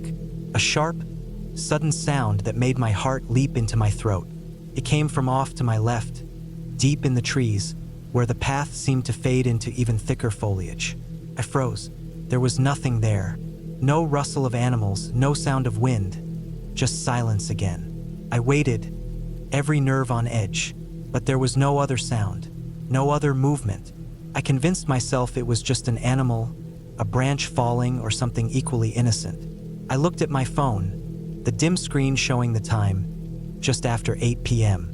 I was losing track of time in this unfamiliar stretch of forest. It had grown darker quickly, and I realized I should have been more cautious. The last thing I wanted was to get caught in the woods after dark. I picked up the pace, hoping to find a good place to camp for the night, or at the very least, a clearing where I could set up my tent. As I walked faster, though, the sense of unease didn't dissipate. If anything, it grew. There was a strange feeling now. The hairs on the back of my neck stood up, and the quiet felt almost too complete. I tried to shake it off, telling myself I was just being paranoid, but it was hard to ignore. The path ahead seemed to twist and turn in ways I hadn't noticed before, as though I was walking in circles. I checked my phone again, but the GPS signal was weak. I couldn't get a clear reading on where I was. I was starting to panic now. My mind raced. Maybe I wasn't as familiar with the area as I thought. Maybe I really had gotten lost. I stopped and looked around. There were no signs of other hikers, no landmarks. Just trees, the underbrush, and the quiet. My heart pounded in my chest, and I felt a sense of dread seep into my bones. I needed to find my way back. I tried to retrace my steps, but it wasn't easy. The trail I had been following now seemed completely different, like it had changed while I wasn't paying attention. Nothing looked familiar. No markers. No signs of where I had come from. I pulled out my map, but it was almost useless now, too. The trails weren't matching up with what I was seeing. I checked my phone again. Nothing. The GPS had completely failed me. Panic started to set in. I needed to calm down. I couldn't let myself get lost out here. I sat down on a rock to collect myself, but the longer I sat there, the more I could feel the weight of the forest around me, the weight of its silence. I didn't feel alone, but not in a comforting way. Something about this place felt wrong. Then I heard it again. A rustle, but this time it was closer. My heart skipped a beat. Slowly, I turned my head to the direction of the sound. A figure. Not a person, but something else. A dark shape just beyond the trees, moving in and out of sight. It wasn't an animal. It was too large and too still. I tried to tell myself it was just a trick of the light, but it didn't feel that way. I had to move. I stood up quickly, stuffing the map and phone into my bag, and started walking briskly. My legs felt like they were moving on their own, carrying me forward as quickly as possible. I didn't care about finding the trail anymore. I just needed to get out of there. I pushed through the trees, the underbrush scraping at my arms and legs, but I didn't stop. My breathing came in short bursts. My mind was a whirl of panic. I couldn't hear anything except my own footsteps and the beating of my heart. Then, just as quickly as it had started, the figure was gone.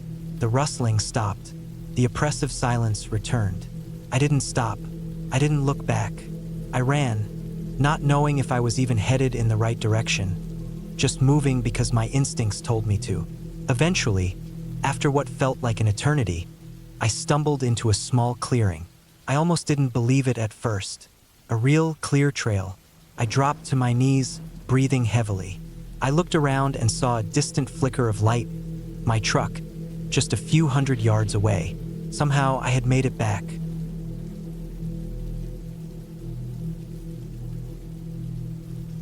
The sun was just starting to rise as I stood at the trailhead, my backpack securely fastened and my boots tightly laced.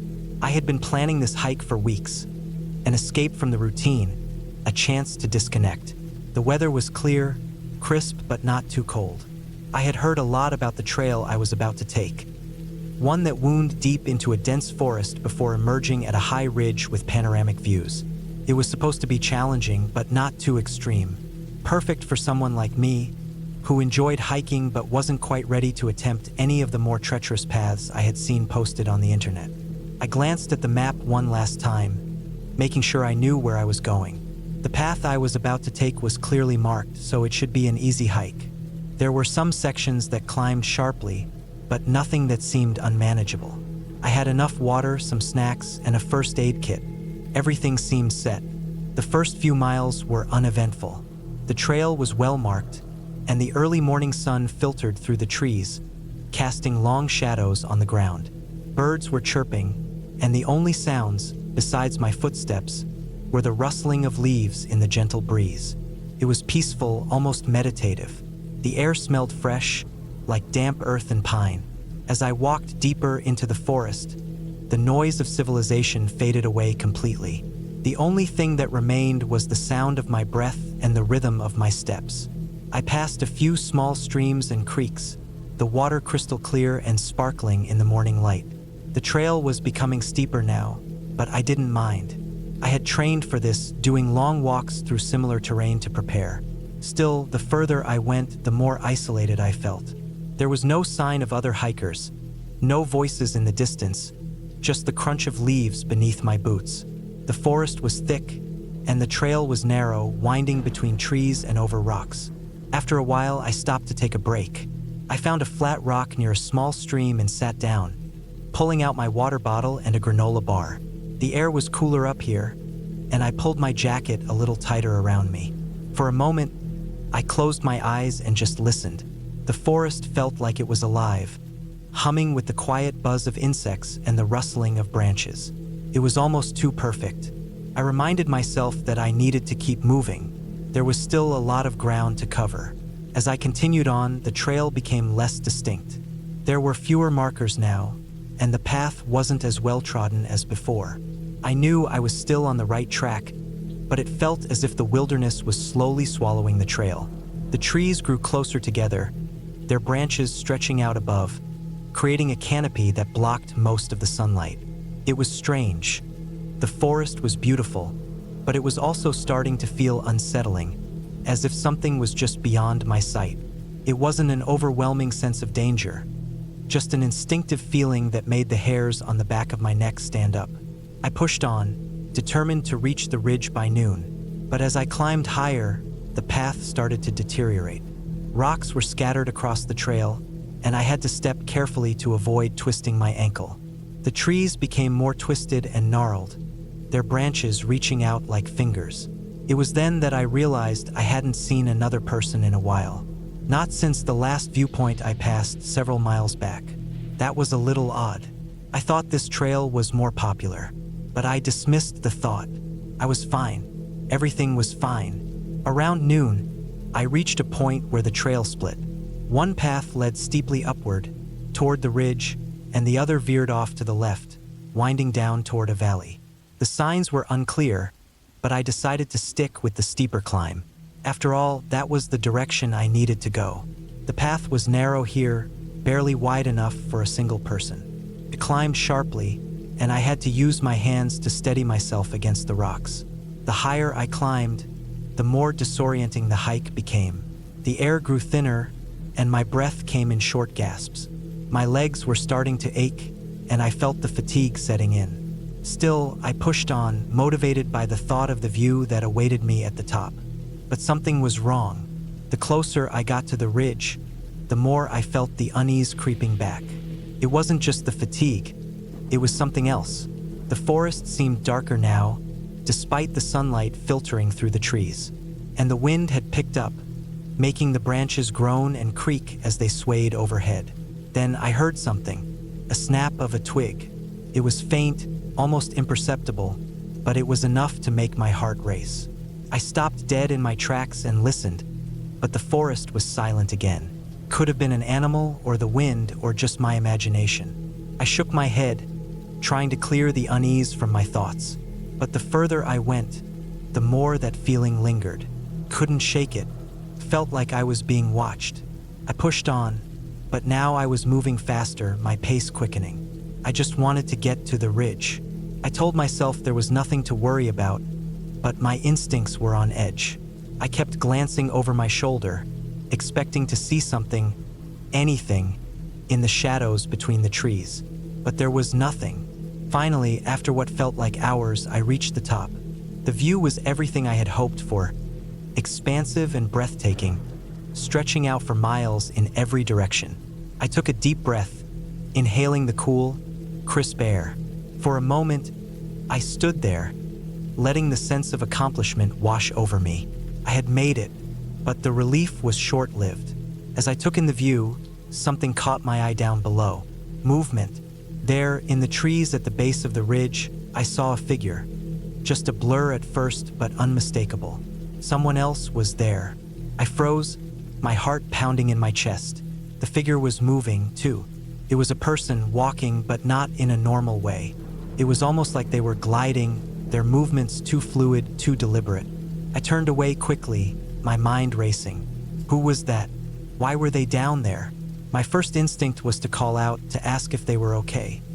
But I didn't. Something told me not to. Instead, I grabbed my pack and began descending back down the trail, my pace quickening with each step. I didn't look back. Couldn't. The descent was more difficult than the climb. My legs were sore, and I had to carefully pick my way down the rocks. My breathing was ragged, and I kept hearing sounds behind me. Crunching leaves, twigs snapping underfoot. I told myself it was just an animal, that I was overreacting, but the more I heard, the more my fear grew. It wasn't just the sounds. It was the feeling that someone or something was following me. I pushed myself harder, forcing my legs to move faster. Sweat was dripping down my face, and my heart was pounding in my chest. The forest seemed darker now, the shadows longer. It was as if the light was fading faster than it should have been. I stumbled on a rock and nearly fell, but I caught myself just in time. My hands were shaking, and I could barely keep my thoughts straight. The sounds grew louder now, closer. I had to get off this trail, had to get back to safety.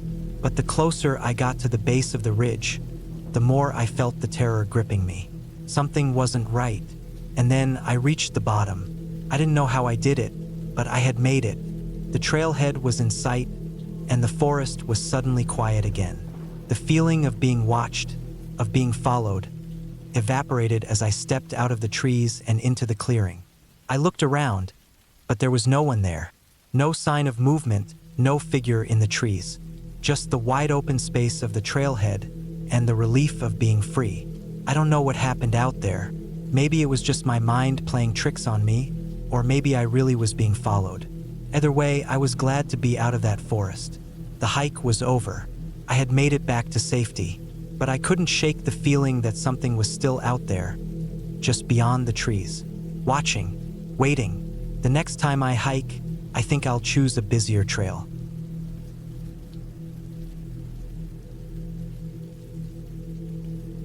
I've always loved the mountains. There's something about the quiet, the smell of pine, the weight of my pack pressing into my back, and the rough, uneven dirt under my boots that clears my head in a way nothing else can. I've been hiking since I was in my teens, and by now, in my mid-30s, I thought I'd seen most of what the wilderness could throw at me. Rainstorms, sprained ankles, mild dehydration, even a bear sighting once. But nothing, not even years of experience, prepared me for what happened on that solo hike in Montana. It was early September when I flew into Missoula. The weather was just starting to cool off, and I figured I had a good couple of weeks before the higher elevations would get serious snow. I'd read about a trail called Brushline Ridge, a lesser-known route that looped through the Bitterroot Range. It wasn't marked on all maps, but I'd found references to it in older hiking forums and one dusty guidebook in a used bookstore. The trail hadn't been maintained in years. Some said it was closed off due to erosion and rock slides. Others said it was just too remote and hard to access. That made it perfect for me. I'd planned for a 3-day loop. My route would start from a forest road near Lake Como, wind north into the hills, follow the old ridge trail, then circle back on a side path that connected with the main trail system. It was supposed to be about 28 miles total, challenging, but nothing outrageous for someone used to backcountry hiking. I packed light but carefully. Tent, sleeping bag, water filter, food for 4 days just in case, extra socks, small stove, topographic maps, compass, GPS unit, and my usual gear. I let a coworker back home know the general area I'd be in, but I didn't give too many specifics. That was my first mistake. Day 1 was perfect. I parked my rental car at a dead end of a logging road, locked it up, and started in just after sunrise. The forest was thick with lodgepole pine and tamarack. Sunlight streamed in through the trees in long golden lines. I kept a steady pace, gaining elevation gradually. I stopped to eat a protein bar by a small stream and refilled my water. By mid-afternoon, I reached a ridge that opened up into incredible views of the valley below. I pitched my tent in a flat spot beneath a group of fir trees and made a quick dinner. The wind picked up a little that night, but it was calm otherwise. I slept well. On the second day, I started climbing toward the more remote section of the trail, the part that followed Brushline Ridge. The elevation gain was more intense, and the terrain became rougher. I noticed fewer signs of human activity. The trail became harder to follow. At times, it disappeared altogether beneath overgrowth or rock slides. I relied heavily on my map and compass, checking them every hour. My GPS was acting weird, signal dropping in and out, but that wasn't unusual in mountainous terrain. I didn't think much of it. That afternoon, I found a strange rock slide covering a large stretch of the trail. It looked like it had happened recently. Jagged rocks, broken trees, and loose soil. I thought about turning back, but the detour would have taken me way out of the way. I picked my way over it carefully, moving slowly and testing each step. My boots slipped a few times, sending gravel tumbling downslope, but I made it across. Beyond the slide, the forest grew denser, and the trail all but disappeared. I pushed on. By the time I realized how far off course I was, it was too late. I should have camped earlier that night. I kept hiking, trying to find the trail again, convinced it was just ahead. The forest started to slope downward, and I followed what I thought was an old game trail. The trees were closer together, and the ground was uneven with old deadfall and loose branches. The sun set faster than I expected, and within minutes, I was in full darkness with only my headlamp. I set up camp on a narrow flat between two outcroppings. I was exhausted, my feet ached, and I had a sharp cramp in my right thigh that made every movement painful. I ate a small meal and looked at my map again, but I couldn't figure out where I was anymore. The landmarks didn't match, and the GPS still wouldn't lock onto a signal. I told myself I'd figure it out in the morning. That night, I couldn't sleep. Every noise in the woods made my skin crawl.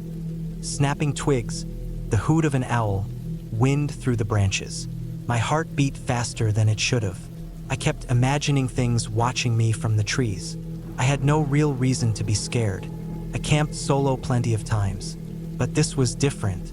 I felt too far from everything, too isolated. Like if something went wrong, no one would find me. That feeling kept me awake until well after midnight. The next morning, I packed up early. My back was sore from the cold, and my feet were starting to blister. I tried to backtrack to the trail, but the way I came was blocked. A large tree had fallen during the night across the path I'd used. I tried to go around, but the terrain sloped sharply, and I ended up descending deeper into the forest than I meant to. By midday, I was completely turned around. The forest looked the same in every direction. Endless trees, moss-covered logs, patches of sunlight. I started to panic a little. I told myself to stay calm, picked a direction that seemed downhill, and kept walking. I figured I'd eventually hit a stream or road. That was mistake number 2. I walked for hours. No streams, no roads, just more woods. I started rationing water. I skipped lunch to save food. The cramps in my leg got worse, and I started limping. Every few hundred feet, I stopped to check the map, but it was useless now. My compass needle spun weirdly a few times, which made no sense. The GPS showed a frozen screen. That night, I didn't even bother with the tent. I dropped where I was, wrapped myself in my sleeping bag, and tried to sleep. My stomach growled, and my throat was dry.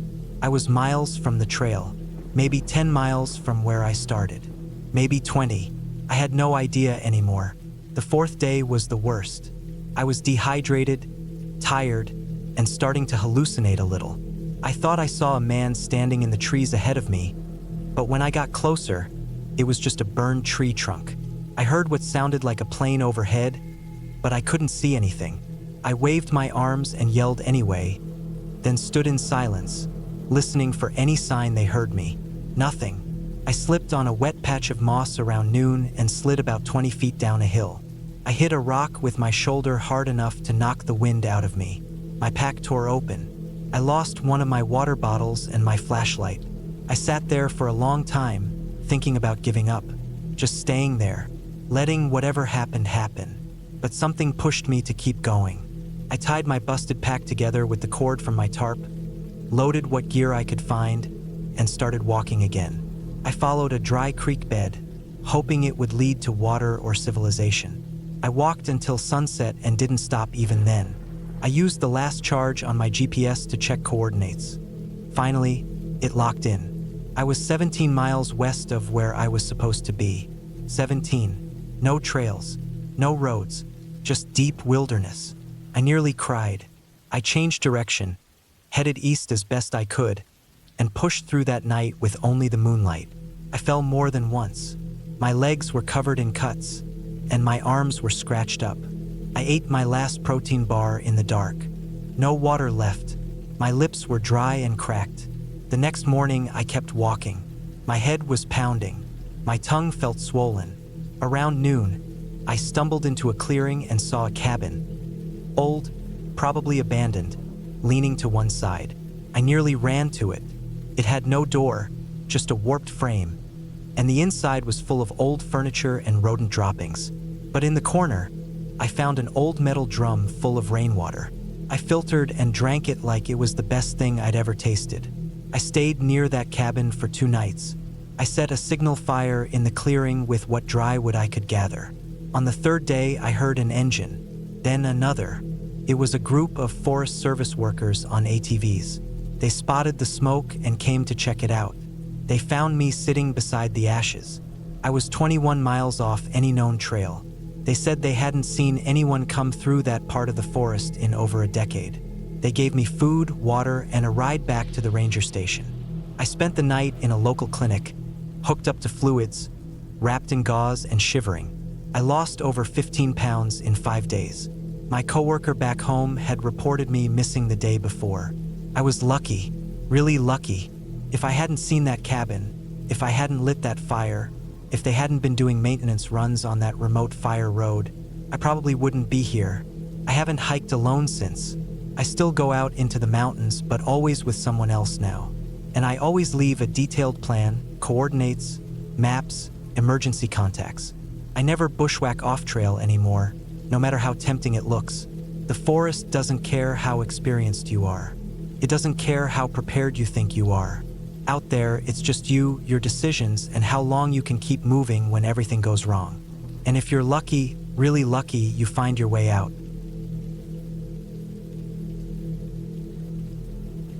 It was supposed to be a simple day hike, nothing too serious. Just me, my backpack, and the quiet solitude of nature. I had planned the hike for weeks, researching every step of the trail. It was supposed to be one of those trips where you lose track of time, walk with no destination in mind, and let your mind wander. But somewhere along the way, something went wrong. I can't say when exactly, but that's the trouble when you're out in the woods. Time, space, and even the simplest sense of direction can shift when you least expect it.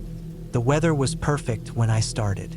Clear skies, a slight breeze, just enough to keep the sweat off my back, but not too much to make the trees creak. I checked my gear one last time at the trailhead and set off, my boots crunching against the gravel of the well-marked path. The trail was moderate, winding through thick trees and scattered rocks, a few streams trickling nearby. I was alone as I preferred. I didn't mind the isolation. If anything, I enjoyed it. The first few hours passed without issue. I moved at a steady pace, adjusting the straps on my pack now and then as the weight shifted. I knew there were some elevation gains ahead, but nothing I hadn't tackled before. I drank water regularly, checked my map a few times, just to reassure myself I was on the right track, and took in the views. I wasn't really in a rush. After all, the trail was supposed to be around 10 miles, and I figured I'd be back by evening. It was a day hike, not an overnight trip. Somewhere along the way, though, things started to feel different. It wasn't obvious at first. Little things that didn't make sense. The light seemed to flicker strangely through the trees. At first, I thought it was just the shadows shifting with the wind, but there was something unsettling about the way the forest seemed to close in around me, like the trees were leaning in, watching. I stopped for a break at a small clearing. I was still a couple of miles from the summit, but I wanted to sit for a minute, stretch, and take in the scenery. I pulled out a snack and just sat there, letting the quiet settle over me. There were no animals in sight, no sounds of birds or the usual rustle of leaves that you'd expect in a forest. It was eerily silent. I stood up after a few minutes, brushing off my pants, and glanced around the clearing. There were no signs of anyone else, no footprints, no campfire rings, nothing that might suggest another hiker had been through recently. That wasn't unusual, though. The trail was remote, and it wasn't like there were crowds of people on this route. Still, the silence was unnerving. I moved on. I was starting to feel the pull of the summit now, the distance ahead teasing me with its promise of a great view, so I pushed forward. The trail was becoming less distinct. The gravel had given way to dirt, and the path was getting narrower. There were sections where the brush grew thick on either side, the trees crowding the path so tightly that I had to duck under low-hanging branches. At times, I wasn't sure if I was still on the main trail. I checked my map again. It seemed to show me on the correct path, but something felt wrong.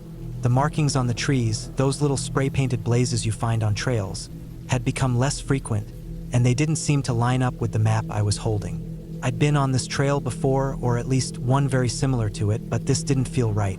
The map showed the path continuing, but the way ahead didn't match up with what I remembered. I slowed down, my heart starting to pound harder in my chest. Something was off. Maybe it was nothing. Maybe it was just my mind playing tricks. But I could feel it, an unease settling deep in my stomach. I'd been hiking for hours now, and the usual rhythm of the trail, the predictable markers and turns, were starting to slip away. The next part of the trail was steeper, and I had to climb over some boulders. My breathing was getting heavier, but not from exertion alone. There was a tension building up in the air, an anxiety I couldn't shake off. I knew I should keep moving, but every step felt like I was walking deeper into unfamiliar territory. I started to hear sounds, distant at first like murmurs, whispers, but no one was around. I glanced over my shoulder, half expecting to see another hiker or a group of people behind me, but there was no one. The sound didn't stop, though, kept going. Low, almost like voices, but not quite. I pressed on, the trail becoming less obvious as the trees grew denser. I was losing track of time. The sun was still up, but it didn't seem to be as high as it should be. Something was wrong, but I kept moving. I told myself I was just being paranoid. Maybe I was tired.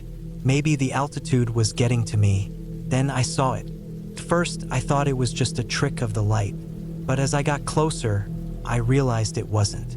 There, in the middle of the path, was a massive rock formation that shouldn't have been there.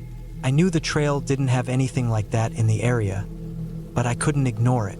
It was like a wall of jagged rocks, reaching up, cutting off the way forward. I stopped. A chill ran down my spine. It didn't make sense. This wasn't supposed to be here. I checked my map again, but the rocks weren't on it. There were no notes about a blockage or any major obstacles in this section. The hairs on the back of my neck stood up. My hands were shaking as I took another look around, scanning the trees and the ground for anything familiar. And that's when I noticed the faintest imprint in the dirt. A footprint. It wasn't fresh, but it was there. I crouched down to get a closer look. It was large, almost like a boot print, but the tread pattern was strange. It didn't match the ones I had left along the trail, and there was something unsettling about the way it seemed to drag across the earth. I stood up quickly, my heart racing now. My mind was racing too. I couldn't explain it, but something was wrong. This wasn't a simple hike anymore. The path ahead was blocked. The silence was heavy, and that footprint, it wasn't mine.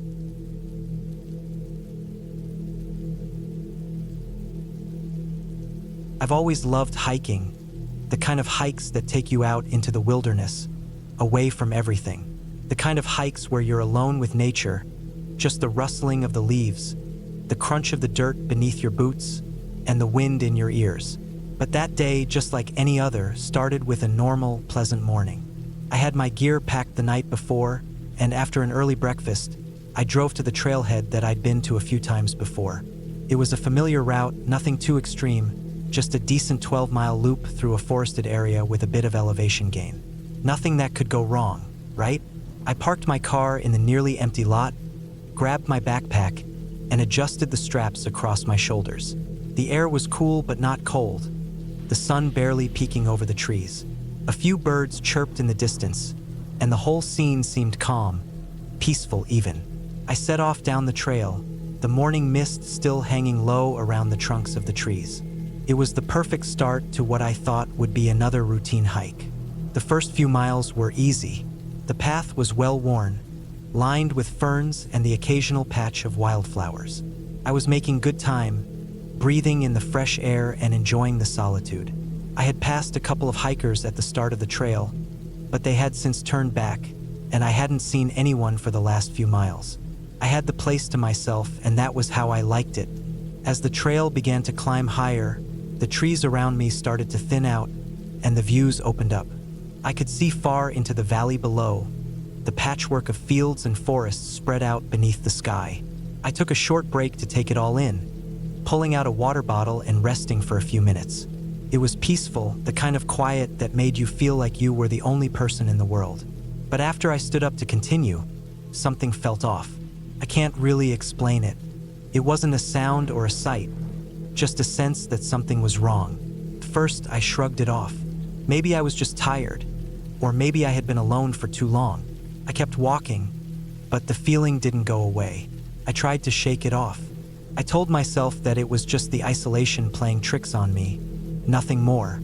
Still, I quickened my pace, eager to get to the top and be done with the climb. The trail narrowed as I neared a steep section. The ground became loose in places, and I had to watch my step more carefully. That's when I heard it, just a rustle in the underbrush to my left. I froze, my heart skipping a beat. I looked around, expecting to see an animal, maybe a deer or a rabbit darting through the undergrowth. But there was nothing. I stood there, listening, but everything went quiet again. Even the birds seemed to have stopped chirping. I couldn't see anything, but that strange feeling from before crept back into my gut, colder this time. I shook my head, trying to push away the unease. It was just the wind, I thought. I kept moving, but the forest around me seemed denser now. The trail wound through tight clusters of trees, and the light was dimming as the canopy thickened. It felt like I was being swallowed up by the woods.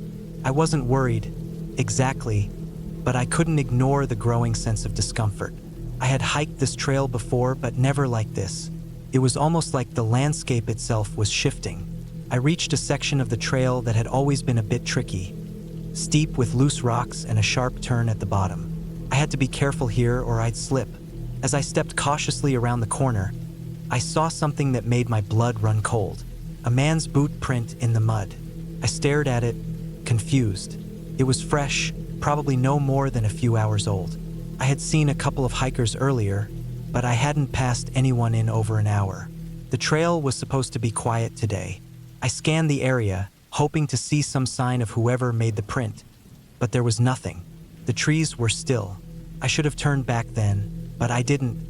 I told myself that it was probably just someone who had been ahead of me, and I was just being paranoid. But the print didn't sit right with me. It wasn't just one. As I looked closer, I saw more of them, leading off the trail into the woods. They were staggered, as if the person had been walking erratically, maybe even stumbling. My heart started to beat faster. This wasn't normal. I hesitated, then took a few more steps, the unease in my stomach growing with each one. But then, something changed. There was a loud snap from the woods to my left, followed by another rustling noise, closer this time. I stopped dead in my tracks, straining my ears. There was definitely something or someone out there. My instincts screamed at me to move, to get away, but I couldn't. I was frozen in place, my mind racing with what to do. Should I shout? Should I keep walking? Should I run? Before I could make a decision, I heard a voice. It wasn't a shout or a call for help. It was a low murmur, barely audible over the wind, coming from the direction of the prince. It wasn't in any language I recognized, and it was too quiet to make out any words, but it sent a chill down my spine. I hadn't heard anyone approaching, and there were no other hikers up here. The voice sounded distant, muffled. I couldn't stay there any longer. Every instinct told me to turn back, but I needed to find out what was going on. I knew the area well enough to realize that the trail didn't loop back for a while, and if I kept going forward, I might run into whoever or whatever was out there. I turned around and began to backtrack quickly, glancing over my shoulder.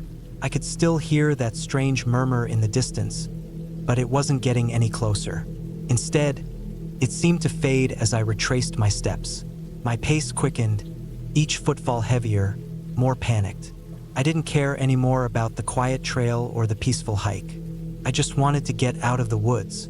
I kept my eyes on the trail ahead, my chest tight with anxiety. The woods around me seemed darker, as if the trees themselves were closing in on me. The rustling continued behind me, though I couldn't tell if it was just my imagination or something else. Every so often, I thought I caught movement out of the corner of my eye, but when I turned to look, nothing was there. Then, something else hit me. My phone. I had forgotten it at the last stop, and now it was nowhere in my pack. That was the last straw. The only thing I wanted now was to get to safety. I had no way to call for help, and I had no idea if I was being followed. Felt like hours, but I finally made it to the wider part of the trail where I had first noticed the prints. My heart was still racing, but I didn't stop. I didn't care about anything except getting out. And then, as I neared the clearing, I saw him. He wasn't looking at me. He was bent over, kneeling in the brush near the edge of the trail, his back to me. He was wearing a heavy jacket, though the air wasn't that cold. My heart stopped for a moment as I froze. His figure was dark against the bright sunlight filtering through the trees. I couldn't see his face, just the shape of him, crouched there, motionless. For a second, I thought about running, but that would make it worse. Instead, I took a breath and spoke loudly, even though my voice felt thin and weak. "Hey, are you all right?" The figure didn't move at first, then slowly, almost reluctantly, he stood up. I noticed the dirt on his clothes, the way his hands were shaking slightly. He looked just as startled as I was. He didn't respond at first. We both just stood there for a moment, facing each other in the silence. After what felt like an eternity, he spoke, his voice low and strained. "You shouldn't be up here. It's not safe." I had no idea what he meant, but it didn't matter. I nodded, backing away slowly. Without another word, I turned and continued down the trail. I didn't look back. Eventually, I made it back to the trailhead. By the time I got to my car, my legs were trembling, my heart still pounding in my chest. I didn't stay to talk to anyone. I just got in my car, started it, and drove. And I didn't stop driving until I was safely home. Looking back now, I still don't know what that was. The man, the prints, the voice, I never figured it out. I don't hike that trail anymore. I can't. Something about that day still gnaws at me, deep down. I was lucky to get out, but it still haunts me.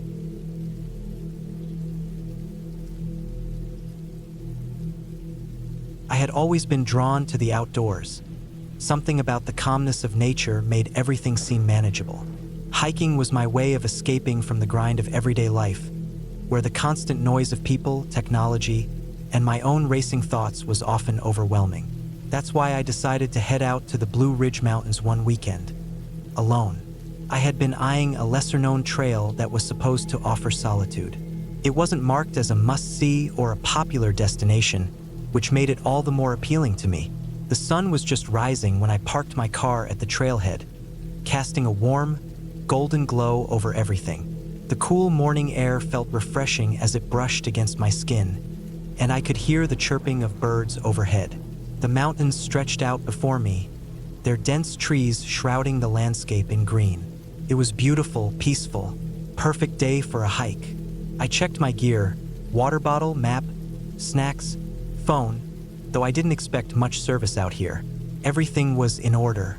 As I took my first steps onto the trail, I was eager to leave behind the worries of daily life. The sound of my boots crunching on the dirt was the only thing breaking the silence. I wasn't expecting to encounter many people, and that suited me just fine. The trail began gently enough, winding through the woods with a series of mild inclines. I could feel the burn in my calves, but it was nothing I couldn't handle. The forest was dense, but the trail was well defined.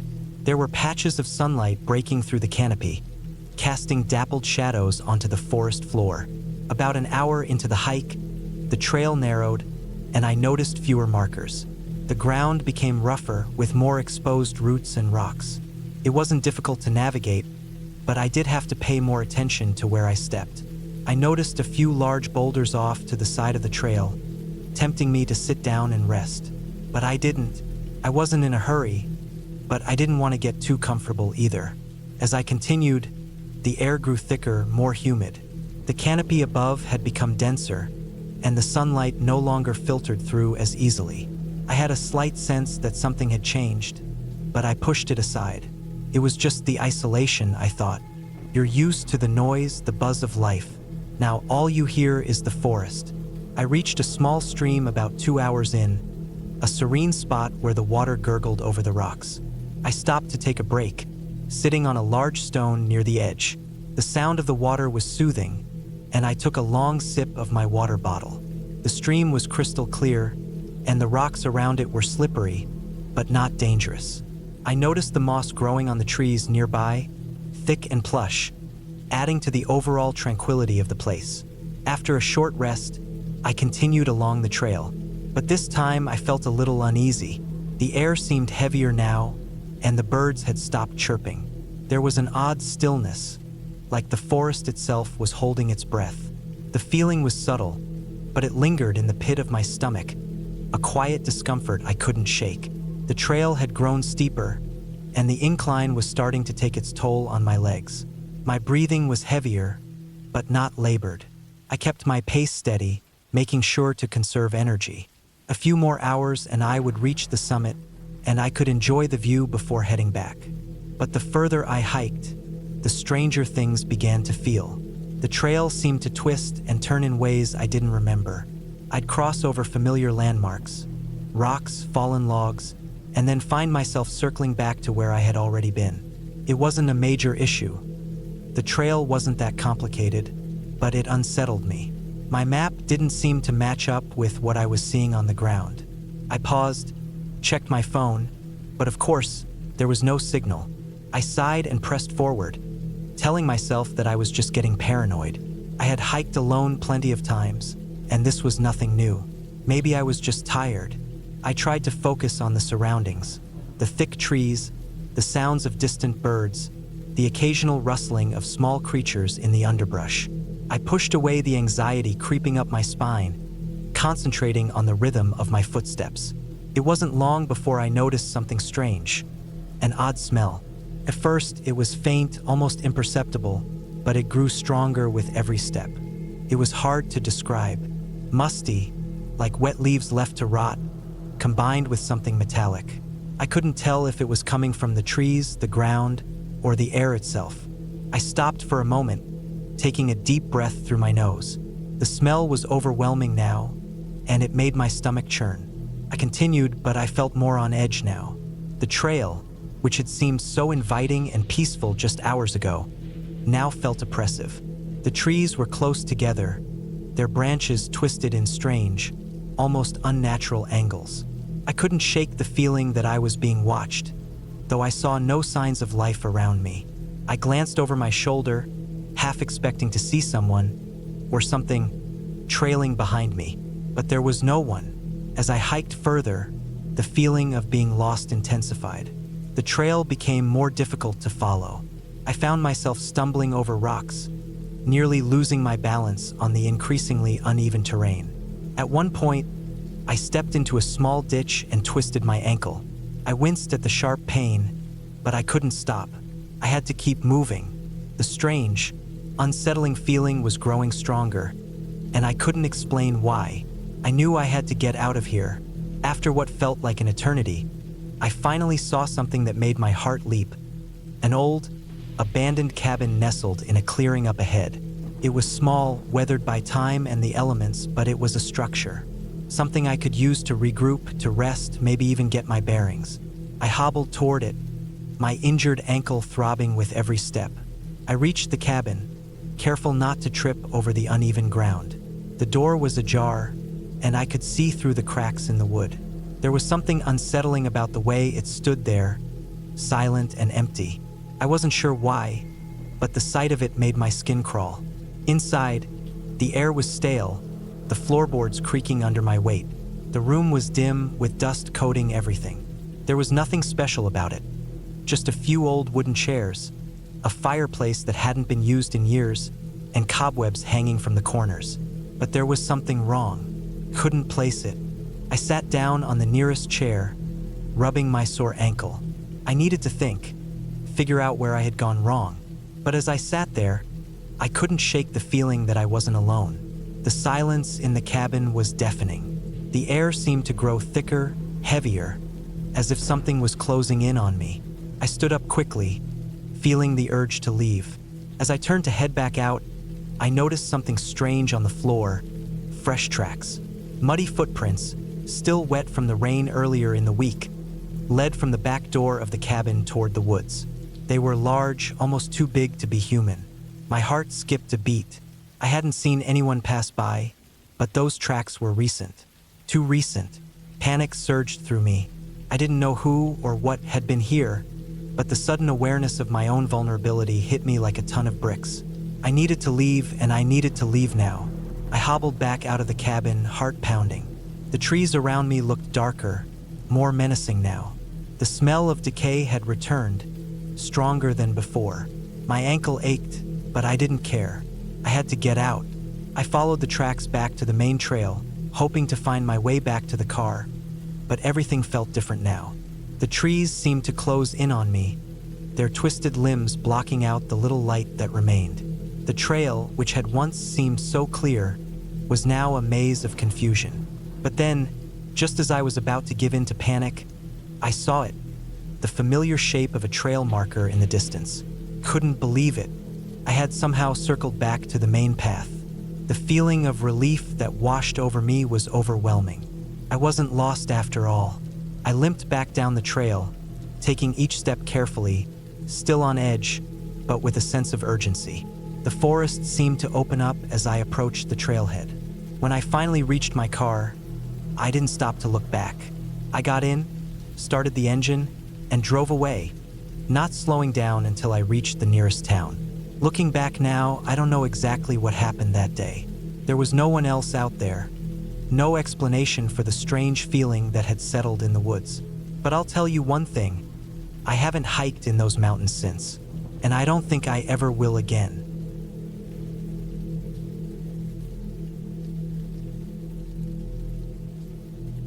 I'd been hiking for hours, and my legs were beginning to feel the strain. It had started as a spontaneous trip. I had decided to spend the weekend in the mountains, away from the chaos of everyday life. I found a trail that seemed promising. It wasn't too crowded, but it wasn't completely isolated either. Just the right balance for someone looking to clear their mind. At least that's what I thought when I first set out. The weather was perfect when I began. It was a little cool in the morning, but the sun was climbing higher in the sky, and the air was crisp. The trail was a mix of rocky paths and soft dirt, winding through tall pines that reached into the sky. I could hear the occasional bird call in the distance, the rustling of leaves as the wind whispered through the trees. The kind of tranquility you crave after spending too many days in a city full of noise. As the day went on, the temperature began to climb, and the trail started to climb with it. The incline got steeper, and the trees started thinning out, replaced by bushes and tall grass. I took a deep breath, my lungs filling with the fresh mountain air. The sound of my boots crunching against the dirt was the only noise I could hear now. It was peaceful, almost too peaceful. I stopped for a break, wiping the sweat from my forehead, taking in the view. Below me, the valley stretched out, dotted with small lakes and winding streams. I could see a few patches of snow on the highest peaks, but the warmth of the day made them look more like distant memories than real obstacles. I had planned to take a longer hike, a loop that would take me to a lake high up in the mountains before making my way back down the opposite side. It sounded easy enough, nothing too extreme, just a nice day in the wilderness. That's when I noticed something strange. It was hard to put my finger on at first, but I had the distinct feeling that I wasn't alone. I wasn't hearing any birds or animals anymore. The silence was deafening. It's odd, I know, but there's something unsettling about silence in the wilderness. It's like everything goes quiet, holding its breath, and I couldn't shake the feeling that something was watching me. First, I brushed it off as nothing. I had been on a lot of hikes, and nothing weird had ever happened. Still, the uneasy feeling lingered in the back of my mind as I continued up the trail. The further I went, the more the trail seemed to change. The trees became sparse, and the rocks grew sharper, forcing me to slow down. The air felt cooler, even though the sun was still high. I pulled my jacket tighter around me, adjusting my backpack as I moved forward. It wasn't until I reached a narrow section of the trail that the true isolation of the hike hit me. The path ahead looked like it led into a small valley surrounded by jagged cliffs. There were no other hikers in sight, no sign of life at all. It was just me and the wilderness, and suddenly the quiet didn't feel peaceful. It felt oppressive, like something was hiding just out of view, watching my every move. I considered turning back, but the thought felt weak. I had come this far. Besides, the lake was just up ahead. I was so close, and the trail was becoming more rugged and interesting with each step. Surely, whatever unease I was feeling was just my imagination. Or maybe it was just the physical exhaustion kicking in. I pushed on. The path became more difficult as I entered the valley. The rocks underfoot were uneven, and I had to be careful where I placed my feet. I could hear the faint trickle of water in the distance, the sound of a stream or creek winding its way through the valley floor. The landscape felt wild, untouched, and yet there was something off about it, something that gnawed at me. As I rounded a bend, I spotted something ahead, a small clearing in the trees, and just beyond it, I saw the lake. It was beautiful. The sunlight glimmered off the surface, casting dancing reflections across the water. The kind of scene you see in pictures. Couldn't resist. I quickened my pace, eager to reach the shore and take in the full view. But as I got closer, the strange feeling in my gut grew stronger. I slowed down, trying to ignore the hairs standing up on the back of my neck. Something didn't feel right.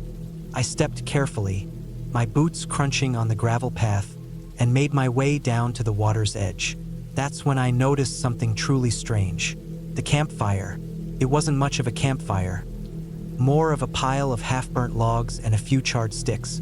But it was the only sign of human presence I had seen for hours. There was no other evidence of a campsite. No tents, no gear, just the fire. It was still warm, but the flames had died down. Whoever had been here was gone. I stood frozen, staring at the fire. The unease from earlier seemed to swell in my chest. My mind was racing, trying to process what I was seeing. Should I go back? Was there someone else here watching me? Or was it just a group of hikers who left? Maybe I was overthinking things. But then I saw it. A shoe. It was a hiking boot, half buried in the dirt, as if someone had dropped it and never bothered to pick it up. It was old, worn, the kind of boot someone would wear after a lot of use, but the laces were still tied, and there was a strange, fresh stain on the heel. I stared at it for a long time. In that moment, a gut-wrenching thought crossed my mind. What if someone had been hurt here? What if something had happened to them and they never made it back down? Couldn't just leave. Couldn't. I had to investigate. I spent the next few minutes scouring the area. I searched the small patch of woods nearby, calling out, though I wasn't sure what I was expecting. There was no sign of anyone, no movement, no sounds, only the wind rustling the trees. That's when I heard it, a noise.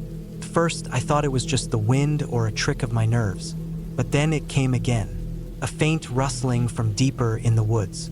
My heart began to race. My instincts told me to turn back, to leave, but curiosity kept me rooted in place. I slowly made my way toward the source of the sound, the crunch of my boots in the dirt louder than the noise itself. My mind was racing. My thoughts were spinning. Was I walking into something dangerous? Or was it just some animal? The rustling grew louder as I approached a thick cluster of trees. I stopped just before I reached the area, and that's when I saw it. A figure. It was a person, standing motionless among the trees, facing away from me. They were wearing dark clothes, blending into the shadows. I couldn't see their face. My breath caught in my throat. My first instinct was to run, but I couldn't move. My feet were planted firmly in place. For what felt like an eternity, I just stood there, watching. Finally, the figure shifted, and then it began to move, walking deeper into the woods without a sound. I stood frozen, my mind racing. Was I being followed? Was this some kind of trap? And then, as quietly as it had started, the rustling stopped. The figure was gone. I didn't wait.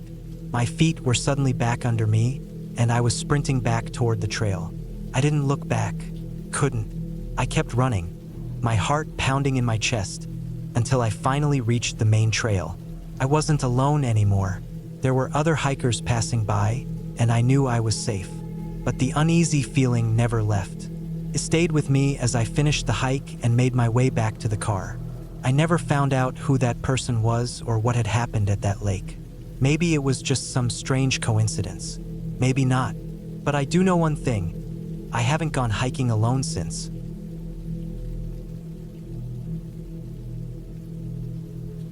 The hike had started just like any other, though I should have known something was off from the very beginning. But when you're out in nature, there's always something to distract you. It was a typical Saturday morning when I decided to take a solo trip to one of the less popular trails deep in the backwoods. It had been a long week, and the promise of quiet solitude was something I couldn't resist. I'd packed light, a small backpack with water, snacks, a map, and my phone. The trail was supposed to be an easy one, rated as moderate, but I didn't want to overdo it. I was hoping for some peace and maybe a little challenge. The weather was perfect, bright, clear, but not too hot. The trailhead was easy to find, and it had that familiar sign that you see everywhere. Stay on the path, protect yourself, respect nature. I knew the usual rules, but I've always been the kind of person to wander a bit. The first stretch was familiar, well-trodden, the ground soft but solid. The trees were tall, the kind that towered over you and whispered in the wind. Birds were calling, squirrels darted across the path, and the smell of pine and earth filled the air. For the first hour, the hike was peaceful. I lost myself in the rhythm of my steps, the hum of nature, and the occasional rustling in the underbrush. The further I went, the less I saw of anyone. The trail was narrowing and the trees grew denser. Soon, I didn't hear the occasional sound of someone else's footsteps, just the chirping of birds and the crunch of leaves beneath my boots. The first sign of trouble came when I noticed a path split off to the left. It wasn't marked on the map, and instinctively, I knew it wasn't part of the main trail. I paused, unsure. I had planned to stick to the main route, but something about the trail to the left called to me. Maybe it was the curiosity, or maybe, in hindsight, it was just my own stubbornness. Either way, I veered off, the desire for adventure winning out. The air grew heavier as I continued. The trees seemed closer now, pressing in from either side. The trail became a little less defined, but not enough to make me feel like I had gone completely off course. After another 30 minutes, I started to notice something strange. The usual sounds of wildlife began to fade. There was still the wind, but the birds, the squirrels, even the distant calls of other hikers were gone. It wasn't that eerie silence, not yet, but something felt different.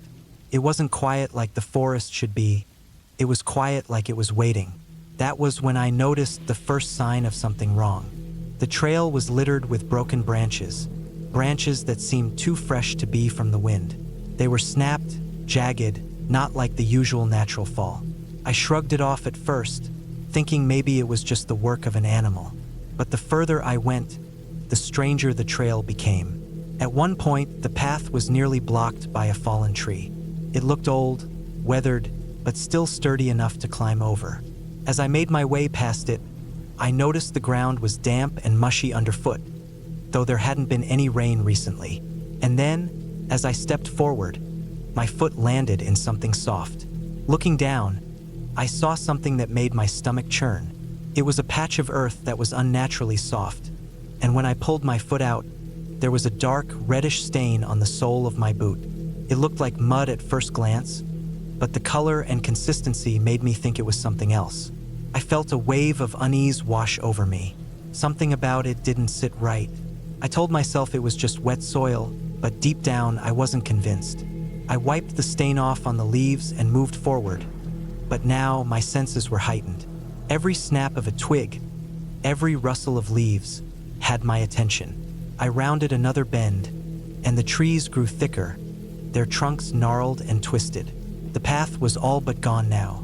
I was walking through a thicket, pushing branches aside as I made my way forward. The sounds of nature were growing fainter with each step. That was when I heard it, the faintest sound, a rustling, but not from an animal. It was a deliberate sound, like footsteps. My heart rate quickened, but I didn't dare turn around. I thought about the trail I'd left behind, the solitude, and how far I'd come. I was completely alone here, and there was no one else around. I stopped, standing completely still, straining my ears. The sound of footsteps was getting louder. I couldn't see anyone, but the sensation of being watched was undeniable. It felt like someone was just beyond the tree line, moving in sync with me. Every time I took a step, there was another step following mine. My breath hitched in my throat. I could feel a cold sweat starting to form on my brow. The footsteps stopped abruptly. For a moment, I felt the weight of the silence pressing in on me. I waited for what seemed like an eternity, my muscles frozen, my every sense alert. There was no movement, no noise. I was about to take another step when I heard it again. Closer this time, almost right behind me. I didn't hesitate. I turned and ran.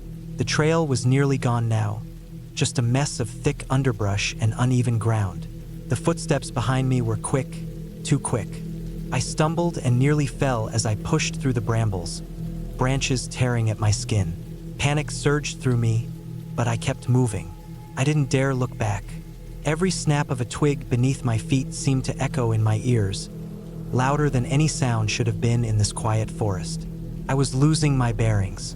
The trees felt like they were closing in, and the trail I'd taken seemed to have disappeared completely. There was only the sound of my breath, harsh and ragged, and the steps behind me that were growing closer with every passing second. I didn't know where I was or how far I had come. I didn't even know which direction I had been heading in.